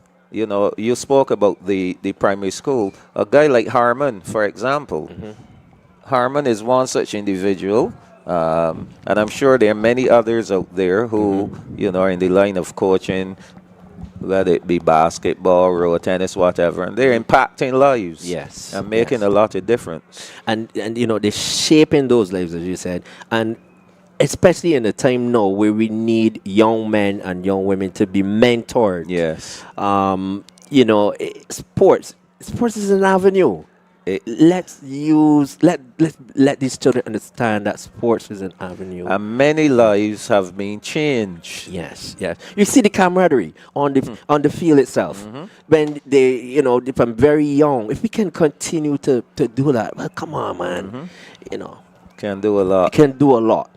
Put down the guns, put down the knives, the violets, and just build on that camaraderie. Come on, you can do it. For sure. Goes a long way, man. What is going to happen now, Neil? I believe there will be a break where there will be some medal presentations, and the spectators will actually have the opportunity to. There are going to be some giveaways, so the spectators may win a prize or two. I am really looking forward to that parents' race. I don't know if they will have it, but I know one year we had a parents' race, and a couple of ladies had a spill or two, but nevertheless, they came out and they participated well. Yeah, that is usually a lot of fun. Lots of fun to watch the parents go. I saw one on. I think it was Instagram where there was a parents' race at sports day, and the ladies, man, those ladies competed fiercely, extremely fierce. Yes. I remember running a parents' race, and I thought I was fit enough to do it until I got a younger parent. And I did see it, be good. When they took off, I didn't see. Well, I will tell you this: in my younger day too, I became a parent kind of young, and so I attended. I remember one of my daughters. I went to her sports day. People knew that I competed, so when I went to stand up for the parents' race, they said I cannot compete. I said, how you mean I cannot compete? I'm a parent. They said no. I said, where's the rule? But that there's an exception for. I said, I'm a parent. I'm ready to run. But afterwards I said, you know what? I'm not gonna do this. So but I did not compete. And you didn't compete? No, I didn't compete. I remember watching. It was on social media. Shelley-Ann Fraser-Price. Oh yeah, she competed. She competed. Boy. Yeah, and the others were. I gave the guys. I gave the guys a chance to win something. We had our infant sports on Tuesday, and it was good to see some of the young fathers coming out. That really made me feel very good. The young fathers, they were there. One of the guys said, "Them can't hold me." Next guy said, "No, I coming for him." And we had a really good time. I assist with the St. Giles Nursery School sports, and when we put on the parents' race, there isn't enough space, man. Boy, it's fun. But you know what, Michael? They will have their time. Senior games. Well. Senior games. You see, there's a thing. They will have fun at something like that, but when it is time, senior games time, they wouldn't want to do it. They're not coming because that's serious business. That is serious business. And I had the opportunity to attend the senior games last year, and I never realized how serious it was. How serious it was. That's serious business. My I can remember the older guy. Oh, so we have some action going on here now. Yes, these are. It's a field event. Let's have a look here and see. Let's see. On the 11 boys long jump, is it? It could be. Yeah. Yes, it is. On the 11 boys long jump. So these guys you're seeing on the screen are the competitors in the under 11 boys long jump final. They're chasing the knapsack record of 4.97 meters set in 2016 by Daniel Duncan of Bailey's Primary. So let's have a look here. Competitor 6659, that's Tavio Thompson of Blackman and Gollop. Shakaden Gibson of St. Catharines. He's next in line. From St. Cyprian's, Zatio Hoyt Maynard. From St. Catharines, Cairo Alder. So that's two from St. Catharines. To Jerry Holder of Williams Industries West Terrace. He's there in the glasses. Ramal Roberts of Milton Lynch. And two from Bailey's, Romani Dublin and Caden Skeet. Those are your competitors in the under 11 boys long jump. I know Mr. Fingal is probably eyeing these two boys from St. Catharines. You know that he also coaches cricket. Yeah. And, so if you have some youngsters there, he probably may want to see the cricket ball throw to see how well these guys can throw, if they can throw 50 meters or so. And you usually see that, Yes. The quick boys who play cricket, they come to, and again, well, you will pick that up at PE or so. You will see that they're the ones who would do better at the cricket ball throw. We had a number of guys who went on to represent Barbados in the javelin. That's where he thought you were heading. That do well in the cricket ball throw, they go on and do well in the javelin. I'm seeing these youngsters coming out for the 100 meters. Yes. You think we're going to see that rivalry again? Nathan Phillips, I'm I think he had a hard 4. Oh, I think he is a better 1 and 2 man. Yes. Than a 4 man. Yes. But we'll see. We'll see. I don't think we'll leave it at that one. Yes. A lot of these guys competed in the 400, the 300, the 300. Not this group, the under 11 group. So we'll see. Under 13 boys, 100 meters coming up. Neil, who do we have competing here? In lane 1, representing the Holiday Snacks Mount Tabor Meteors, Liam Boxell. Just waiting for them to get there. Okay, so just waiting to hear their names and acknowledge them. This is a serious record here. Boy, it is. They're chasing the knapsack record of 12.50 seconds, set by Taurine Rose. That was from he was from Luther Thorne Primary then in 2002. 12.5 in under 13. Wow, serious things. Huh? So Liam Boxell, he's getting his name called, yes, and he's from the Mount Tabor team. In lane 2, Bryce Turton from St. Gabriel's. Lane 3 from St. Giles, Trevion Clark. Lane 4, we will see from Blackman and Gollop, Nathan Phillips. Lane 5 from Bailey's Primary, Najari Waldron. Lane 6 from Charles F. Broom, Raiden Price. Lane 7, Justice York. Oh yes, we had a change. Yes, remember we had a replacement. Yes. Yes, we were told that he is not doing too well, so we had to have a replacement for him. Yeah, and speedy recovery. I think he was. Oh, these ladies are on the ball. Yes. Yes, in lane 7, it's Christopher Chan of Bailey's Primary. And out in lane 8, Liam Weeks representing Luther Thorne Memorial. And as I said, speedy recovery to Justice York. Yeah. Just being asked to stand. The under 13 boys, 100 meters.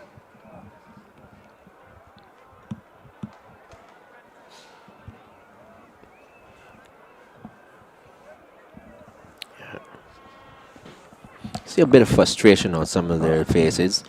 I think what's happening is that the noise.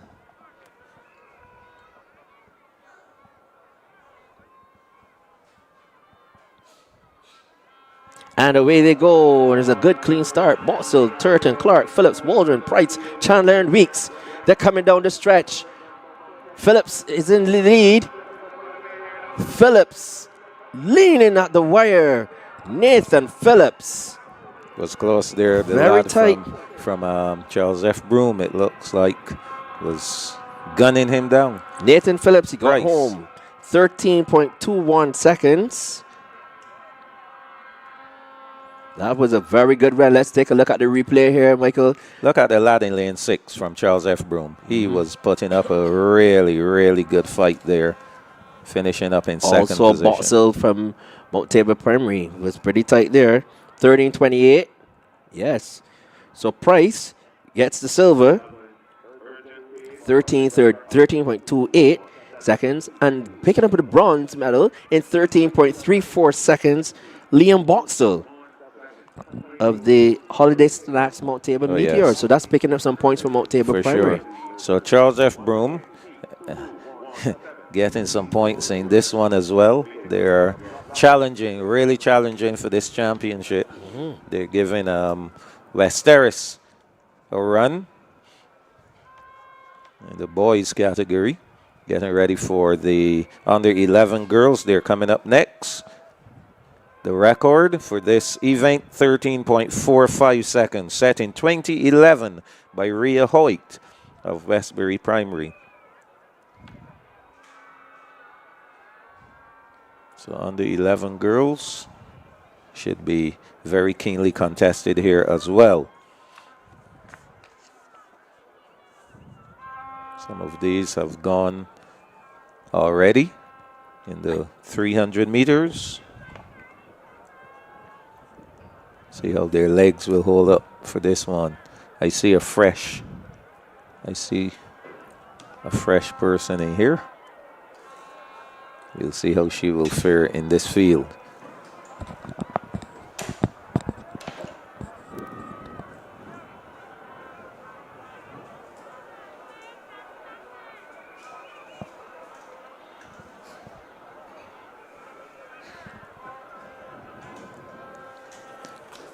So getting ready under 11 girls, 100-meter final.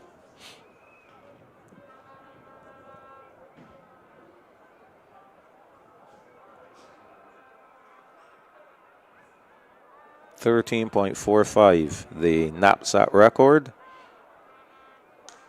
Our fastest qualifier coming into this final, Tayeja Boucher of Hildeskeen, 14.53 seconds.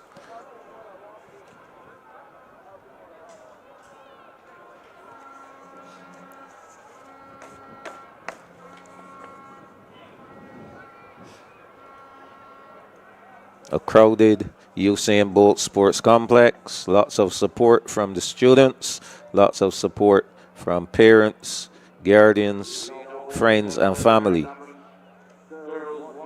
Here we go. Lane 1, Naya Daniel of Roland Edwards. 13.45 seconds. Set by Rhea Hoyt. She attended Westbury Primary in 2011. These are your competitors. In lane number 1, from Roland Edwards Primary, Naya Daniel. There we go. Naya Daniel, Roland Edwards in lane 1. In lane 2, representing Warren's Primary, Winter Baker. Lane 3, from Luther Thorne, Shariah Denny.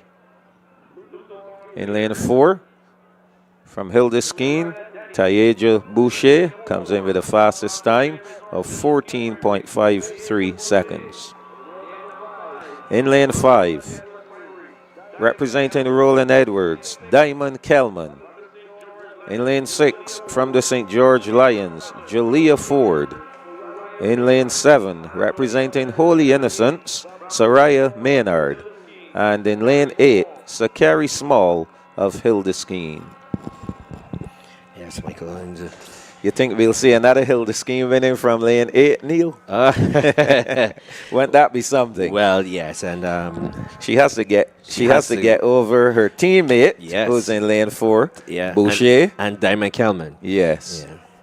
I just love to see Diamond Kelman run. It just, she just always seems to be gliding across the track. Yeah. But she will have to really get up and run today. They're off to a great start, a rather upright start from Denny of Lutherthorne. Boucher is in running. Here comes Diamond Kelman.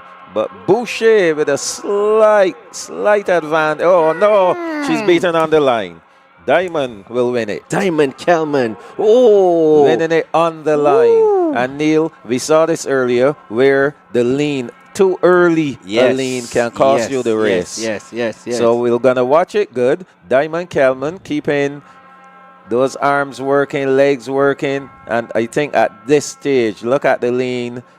She kept running and then she leaned at the right time. Yes.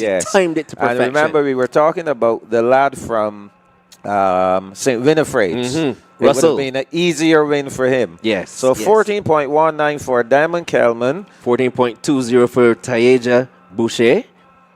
And in third, Soraya Maynard, 14.36 seconds. So they all again improved on their times. Yes, and of course that's what we want. We expect to see improvements from the zone meet to the semis and to the final. Yes. And we surely saw it here. I know that Diamond is going to be really happy with that performance. I think she did a long jump as well. Yes. And I think she's also competing in the 150. In the 150s. Yes. So great work from Diamond Kelman of Roland Edwards. Boucher of Hildeskeen. As expected, she would be in the picture also. So I see here some girls getting ready to be introduced. These are the girls for the shot put. Yes. They're 8 going. Starting. Okay, so All Saints, Jacina Yearwood. She is on the left. She comes in with a best put of 9.19 meters. Next to her, Kishana Collymore of Rennell Weeks. We have another Rennell Weeks athlete, Jazaria Elcock. Donick Lewis of St. Christopher. Bianca Carter of Belmont. Kadesha Boyd of Grisettes. Naomi Innes of St. Giles. And Aaliyah Rice of St. Bartholomew. Those are the competitors who will be making their way over to the shot put area to see who will be the strongest on the 13 girl. They're chasing the knapsack record of 10.44 meters set in 2024 by Aaliyah Graves. Also on the track, well, not on the track, but we also have the... So these are some field events. Could be the long jump for the under 9s. Or the, it could be under 9s, long jump, like that. Let's see.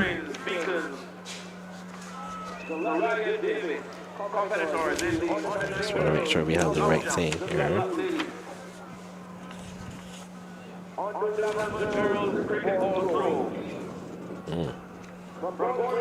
And then another set of, and this could be another field event. Yes, there are field events.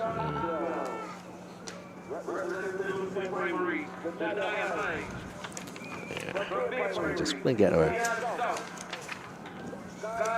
is correct, but they acknowledging nevertheless they're acknowledging the crowd here, the spectators cheering them on.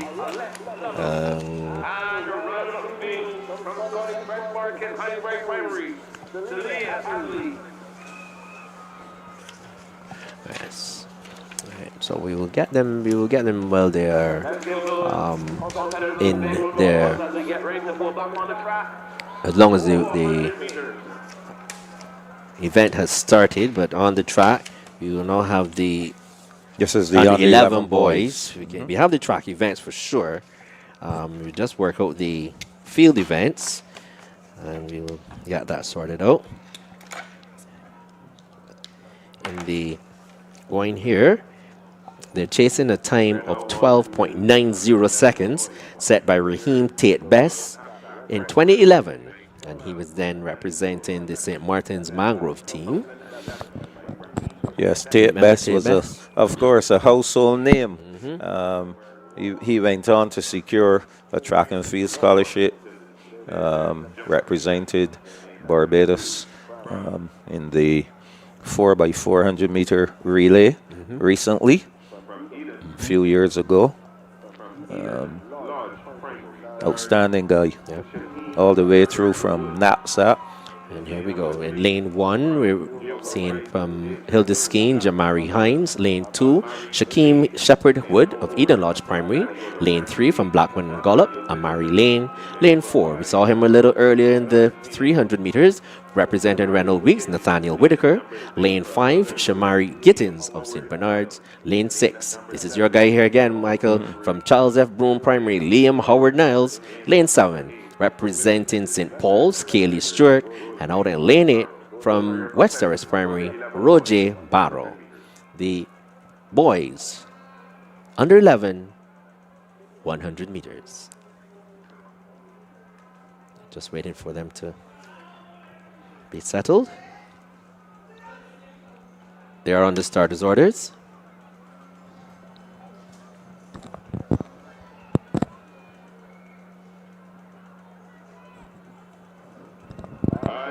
And it's a good clean start. Hines, Shepherd Wood, Lane, Whitaker, Giddens, Howard Nels, Stewart and Barrow. They're thundering down the stretch. Nathaniel Whitaker, very strong. 300, 100 under his belt as well. Yes. 13.94 is the flash time. Oh, what a run there by Nathaniel Whitaker. Let's take a look at the replay here, Michael. It was a very good start. Yes, this lad is really strong, real focus, determined, arms pumping all the way. Strong lad, running through the field, winning easily. Ease down. Ease down. And we have a flash time of 13.94. I don't want to jump the gun here. But unofficially 13.94 is a serious improvement time. He had 14 point. A serious guy. Won his race, took up his Pedialyte. Gone. 13.97 is the official time. Lane finished second. That's Amari Lane, 14.25. And that's the silver medal. And beginning with the bronze.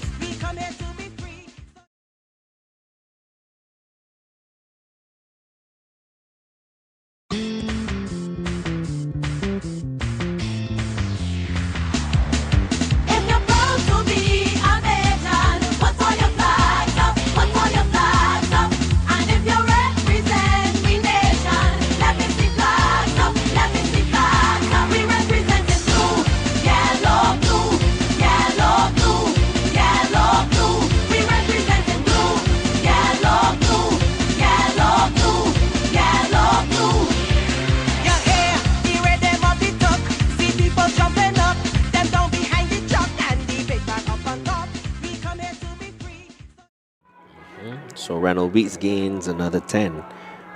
So we can see how that goes. How that will help their after their the hundreds. Yes, after the hundreds, we'll be getting you another points update, so you will know how your teams are doing. This is the cricket ball throw here for the girls. We must let our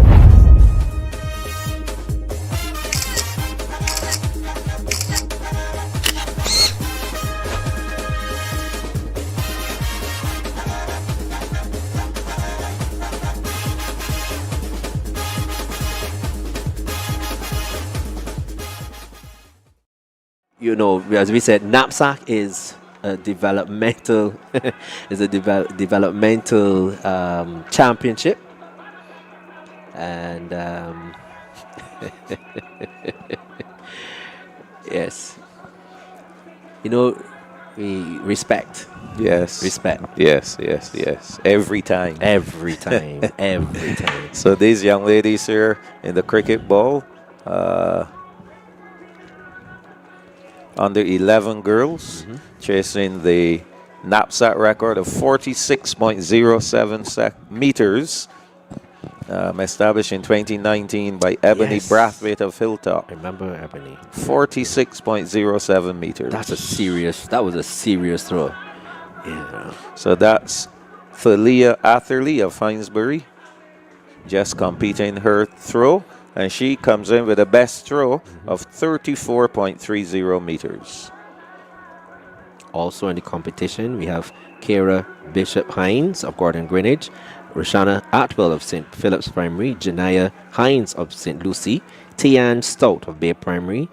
This is Sky Garner of Bailey's Primary, Nyasha Patterson of Shirley Chisholm, Alexa Lovell of Warren's Primary, and then we saw just now Talia Adderley of Hinesbury. That is 67.20. That is Kyra Bishop Hines of Gordon Greenwich. She's coming in with a throw of 26.20 meters.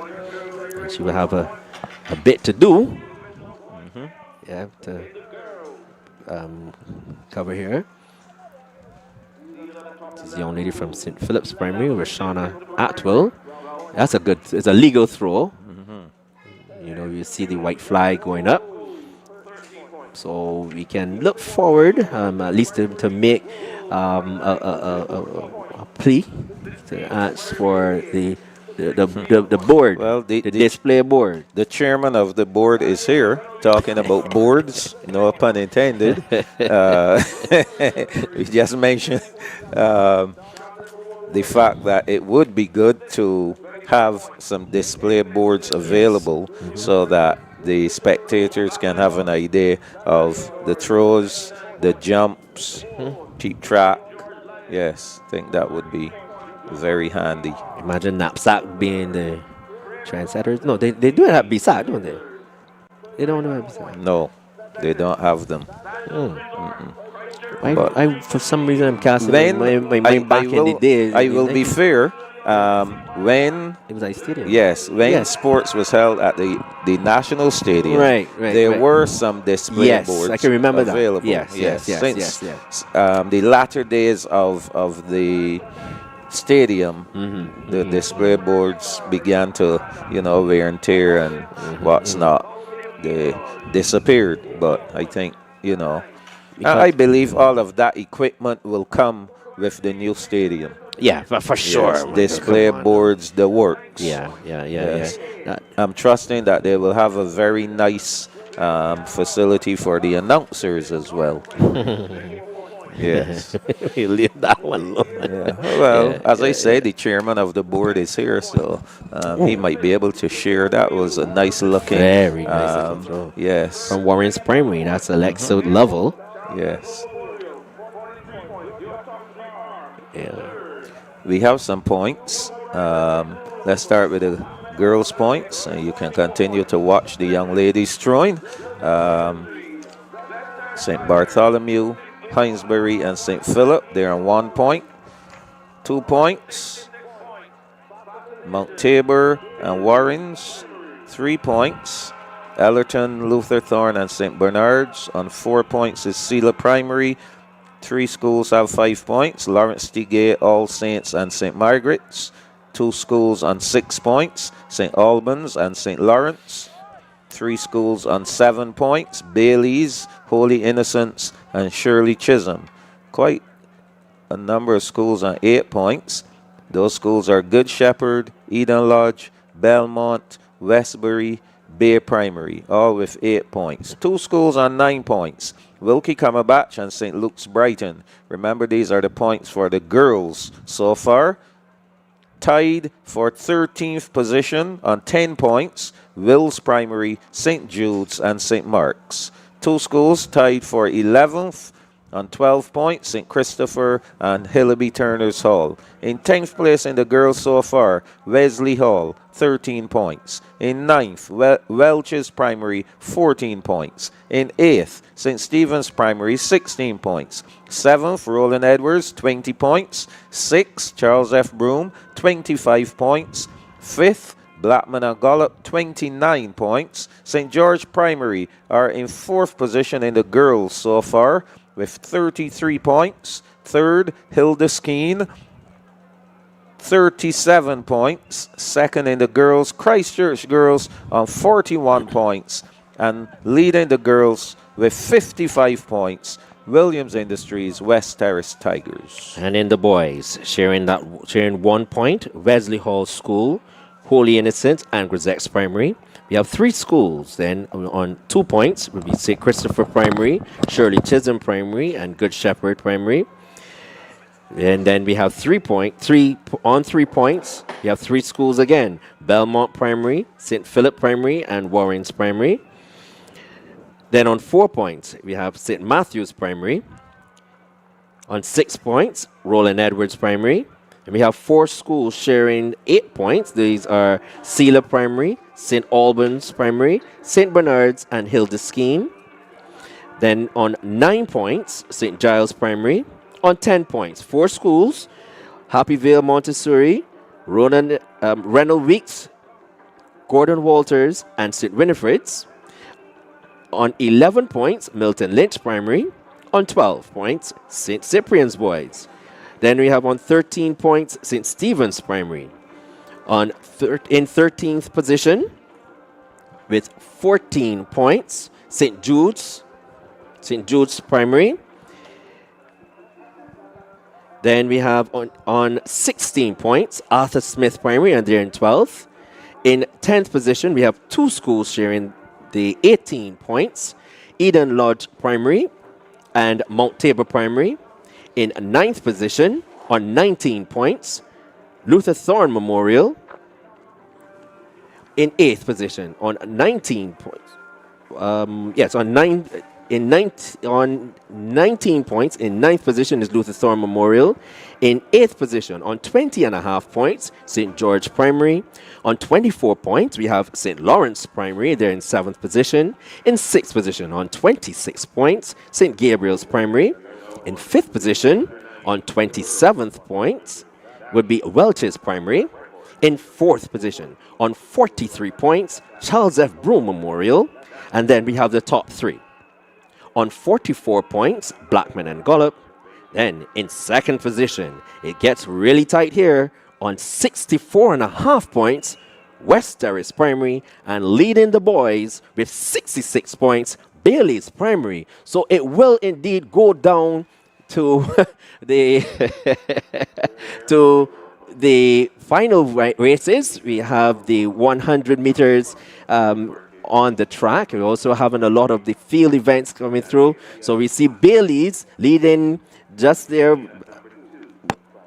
in the boys, and in the girls, West Terrace. So keen competition here, and we are now seeing coming up on the track would be the turn of the young ladies, the under 9s. And in lane 1, from Hinesbury Primary, Naisha Hackett. Lane 2, Rainbow Rollins of the Sealer Primary.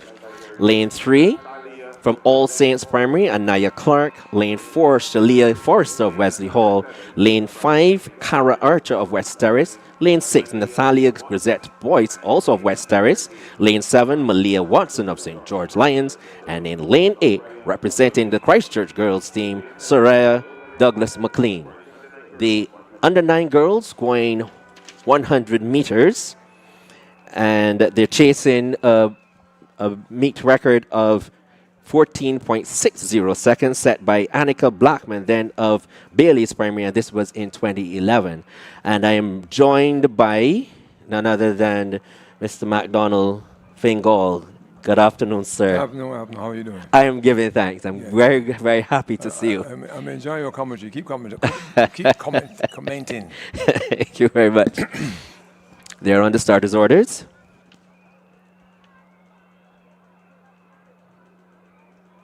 Just being asked to stand.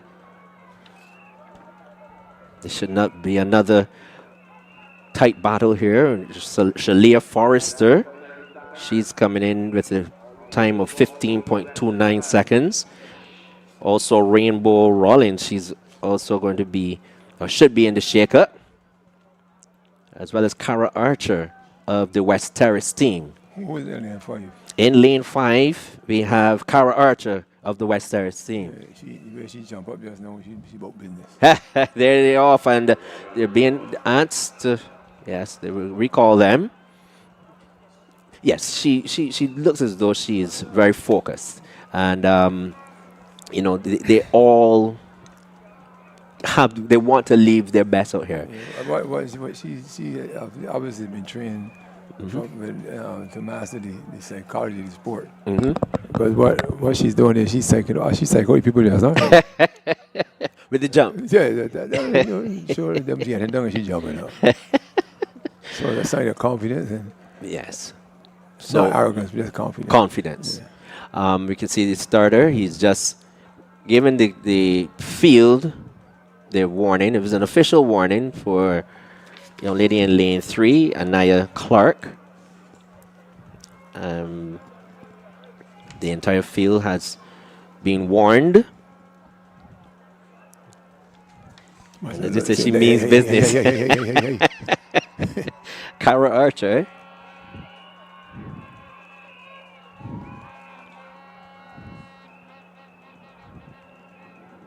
And as away they go. Hackett, Rollins, Clark, Forrester, Archer, Grisette, Boyce, Watson, and Douglas McLean. And they're thundering down the lane. And it is Shalia Forrester. Forrester coming up to the wire. Here they go. Oh, it was very tight for the race. On the outside, Soraya Douglas McLean came from out of the clouds as well. But Forrester, she came home in 15.18 seconds. That was a very good run there from Wesley Hall's Shalia Forrester. Let's see the replay here. Archer got out to a good start, but Forrester came out of her dry phase. She was very focused. Douglas McLean, yes, came out from in lane 8, ran 15.24 seconds, and Archer 15.31, and that's a bronze medal there for young Archer of the West Terrace team. Mr. Fingal, yes, sir, please. you are here with us this afternoon. What are your views so far on the day's proceedings?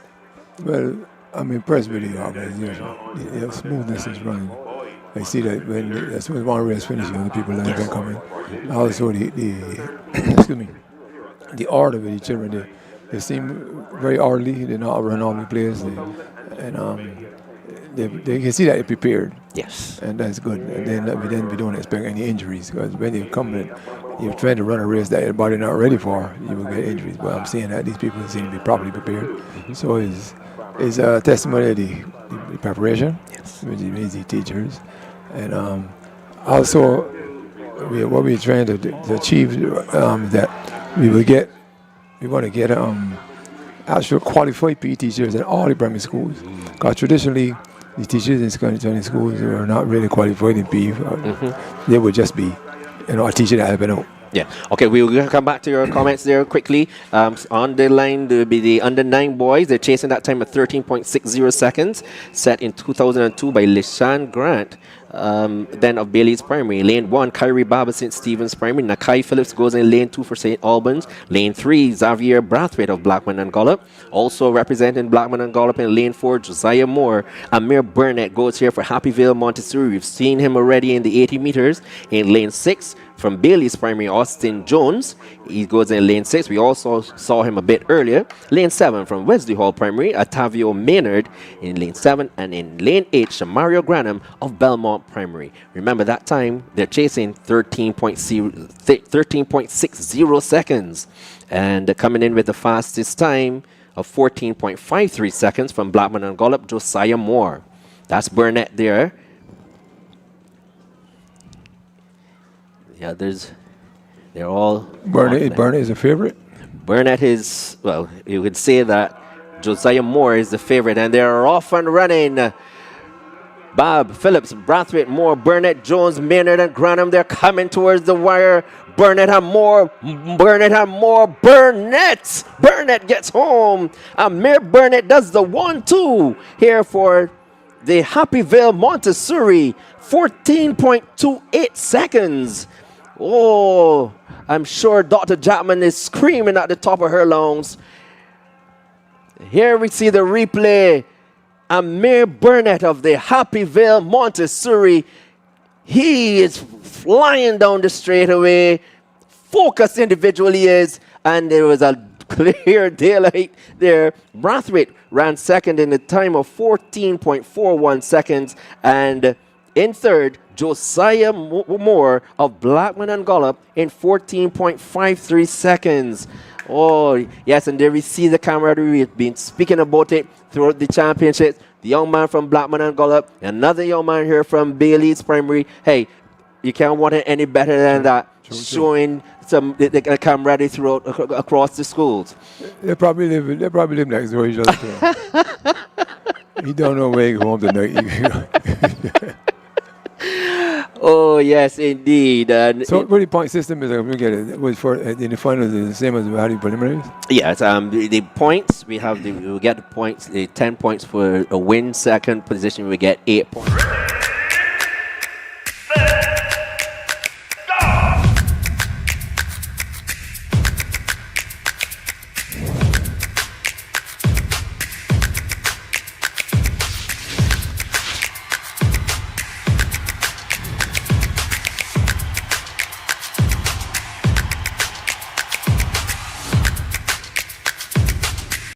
Well, next on the track, we will have the 200 meters, and we will have some giveaways, which will give us the time to talk.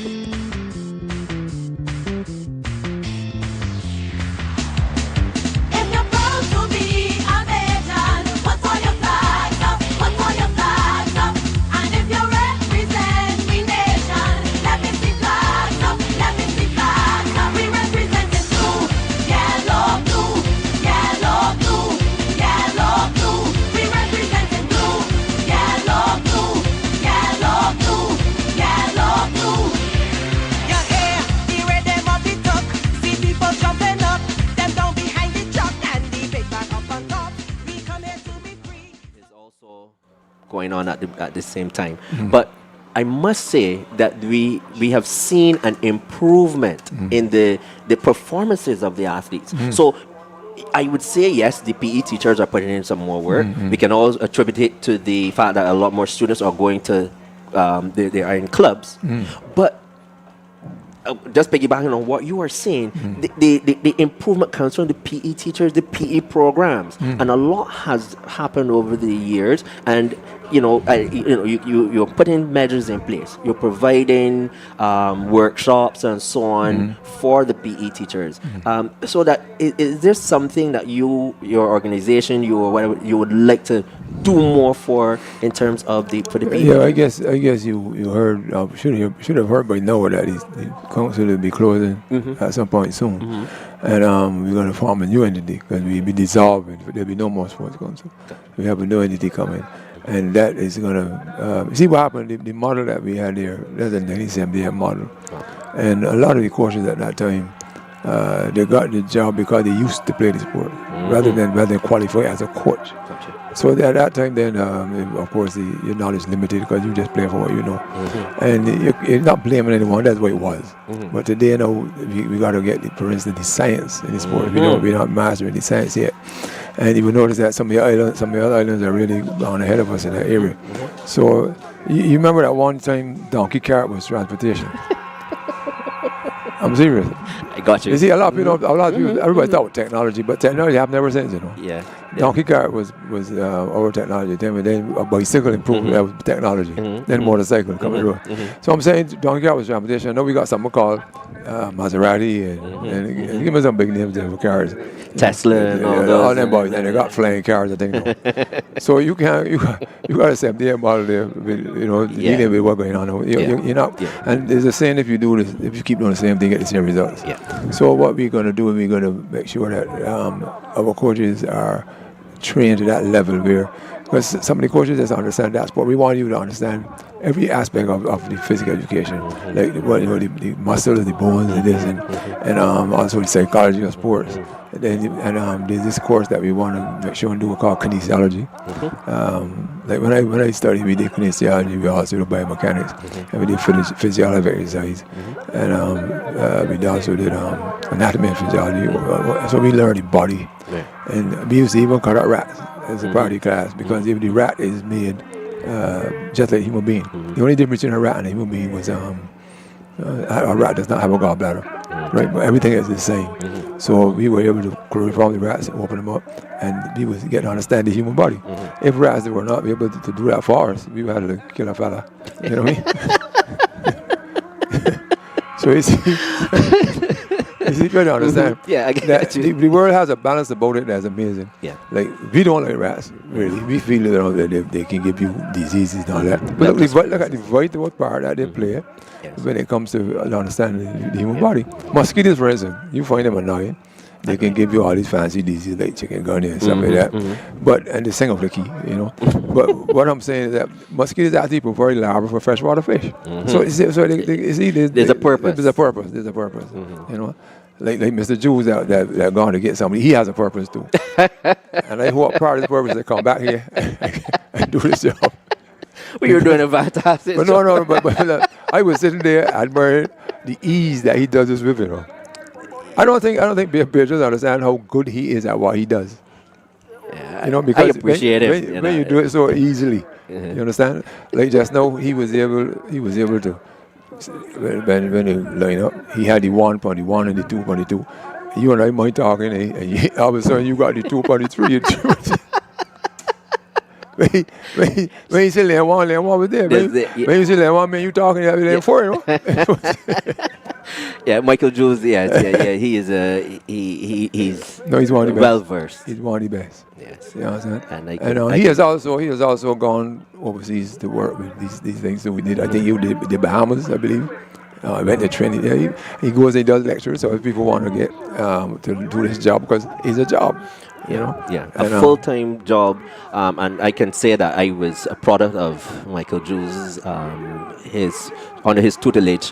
I learned how to do this same thing, and he taught me very well. And you know, it comes with a lot of practice. Oh yeah. Everyone just can't put a headset on and come and have these kind of conversations. Yeah, but then along with the practice, you got to have the knowledge too. Yes. The understanding of the sports. So he went through it as an athlete. He was an athlete and a good one too. And this comes back down to some of the things that you were talking about just now. It's not just that you were an athlete that you can come and put on a headset, or you were a former cricketer or a former footballer and just be a coach. You have to be certified, and I think this is one of the things that you were talking about a little earlier. Getting the certification, understanding the biomechanics and all of those things coming into, and those are the things that come into play in coaching. So, you know, I heard you say that the council will no longer be, but when do you think that everything should be on the ground and ready We're pretty close to that part now, because there's certain things that have to go through the process. Yes. You know, of course, you got to talk to unions and all that too. We did all that already. We do legislation now. Yeah, that's vital too. Yes. And that took time. And fortunately, we found a lawyer that is really good. It seems that the lawyer does not only understand lawyerness, but this lawyer seems to understand sports too. Sports, yes. So it made it easy for us, you know. And so that is being finalized now. When they had the election, they kind of stop us a little bit. We couldn't do it during that period. But we'll be back on the track shortly. And it should happen, I would think, in the next 2-3 months or so. Okay, great. So going forward, we know that there are plans for the new national stadium. Can you share anything with us, or with the viewers, of what some of the plans going on for the national stadium? Well, it started. It's being built. It's projected to take 29 months, which is around 2.5 years probably. But I think probably 3 years to be safe. Okay. Because, you know, you never know. It's hardly in these projects get something to happen to cause it finish earlier. It's always something happen to cause it finish later. Yes. So to cover it, I would say 3 years. But it excuse me, but they said 29 months. And that's about standard for although the Chinese, sometimes they work like 12-hour shifts and something, you know, right through. When you work in the 8-hour shifts, it would definitely take 3 years. But it's going to be a modern setting, and it's going to what is looking to be different, that we want to have a warm-up 400 track. Okay. So they're going to be 2 400 tracks there, one for the competition, one for warming up. Because that's the standard today, see. Like before the other stadium, the warm-up area was only like 110 meters or something like that. You know, some warm-up areas in the islands and stuff, they were like 200. But the standard thing across the world is the warm-up 400. And so we put in that. So it would mean taking up some more area than what is there right now. So we're going to have some changes.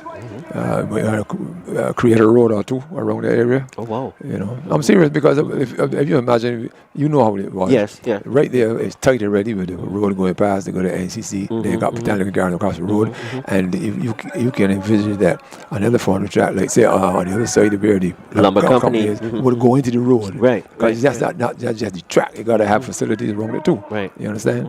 You got the buildings and this and that. But of course, we like to capitalize on that thing, but also the offices and that thing for training. Because we got to get into the science of the sport. The fellas, the rest of the world be ahead of us. And if we just go along like the place we have, by the time we get to where they are, they will go on again. They will go on further again. So we got to move fast and catch up.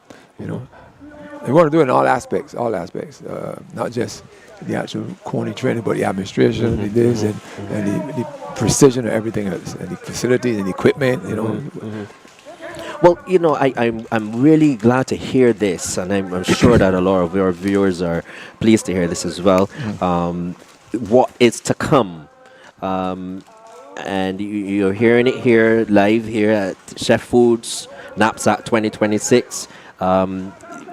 They're saying we're gonna have a new stadium, new 400-meter warm-up track. The area will be expanded and so on. I love to hear that.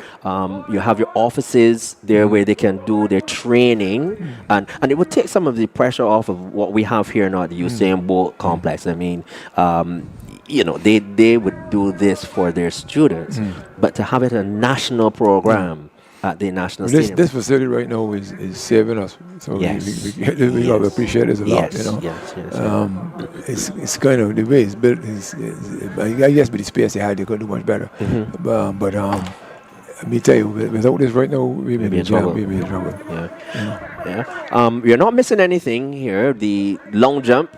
Oh, that's a pretty decent jump. That's the under 9 girls long jump. That's in session at the moment. So they're looking pretty good. So we have the well, I'm being told by the producer here that this conversation is very lovely and lively, and you know, and it's going well. But from the time you hear the rhythm, but is on his way.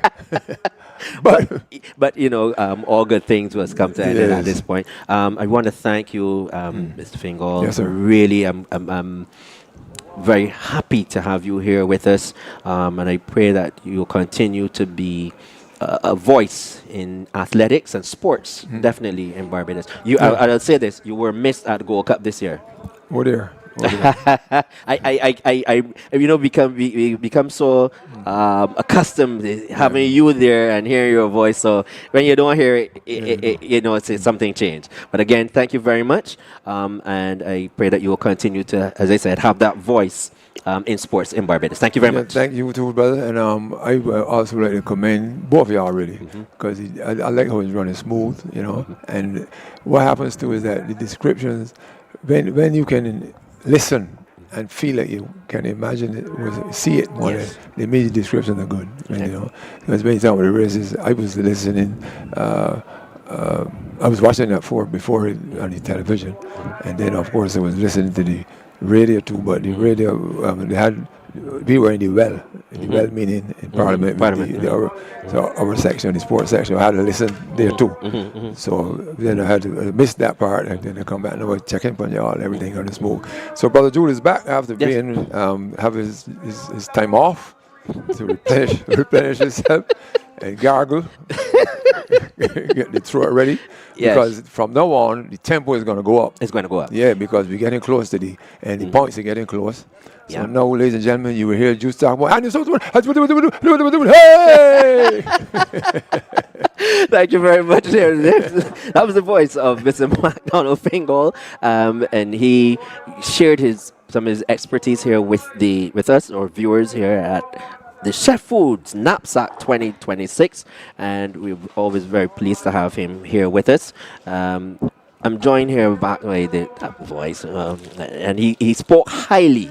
He spoke very highly of Captain Michael Jules. Michael Jules, to hear one who you said you looked up to and speak, he's having spoken so well and highly of you. It's a good thing. I totally agree. I work with some young boys at St. Leonard's Boys, some cadets, and I tell them, I want you guys to be way better than me. Right? They said, oh, sir, man, we want to be sharp like you. I say, no, I don't want y'all to be sharp like me. I want y'all to be sharper. Like there's a youngster who he started doing MCing, and he do the parades, etc., the parade commentary. So he sat there and he listened. He said, sir, we'd like to try it. I gave him the opportunity to try it at the St. Leonard's Boys Independence Day Parade, and he did well. So I say to him, I want the day to come when I can sit and watch you do an Independence Day parade. That would bless my heart to sit and hear you, and I think that's what mentorship and the same coaching and mentorship is all about, because you don't have to worry if someone gets better than you, because at the end of the day, You also, I would say, mentor these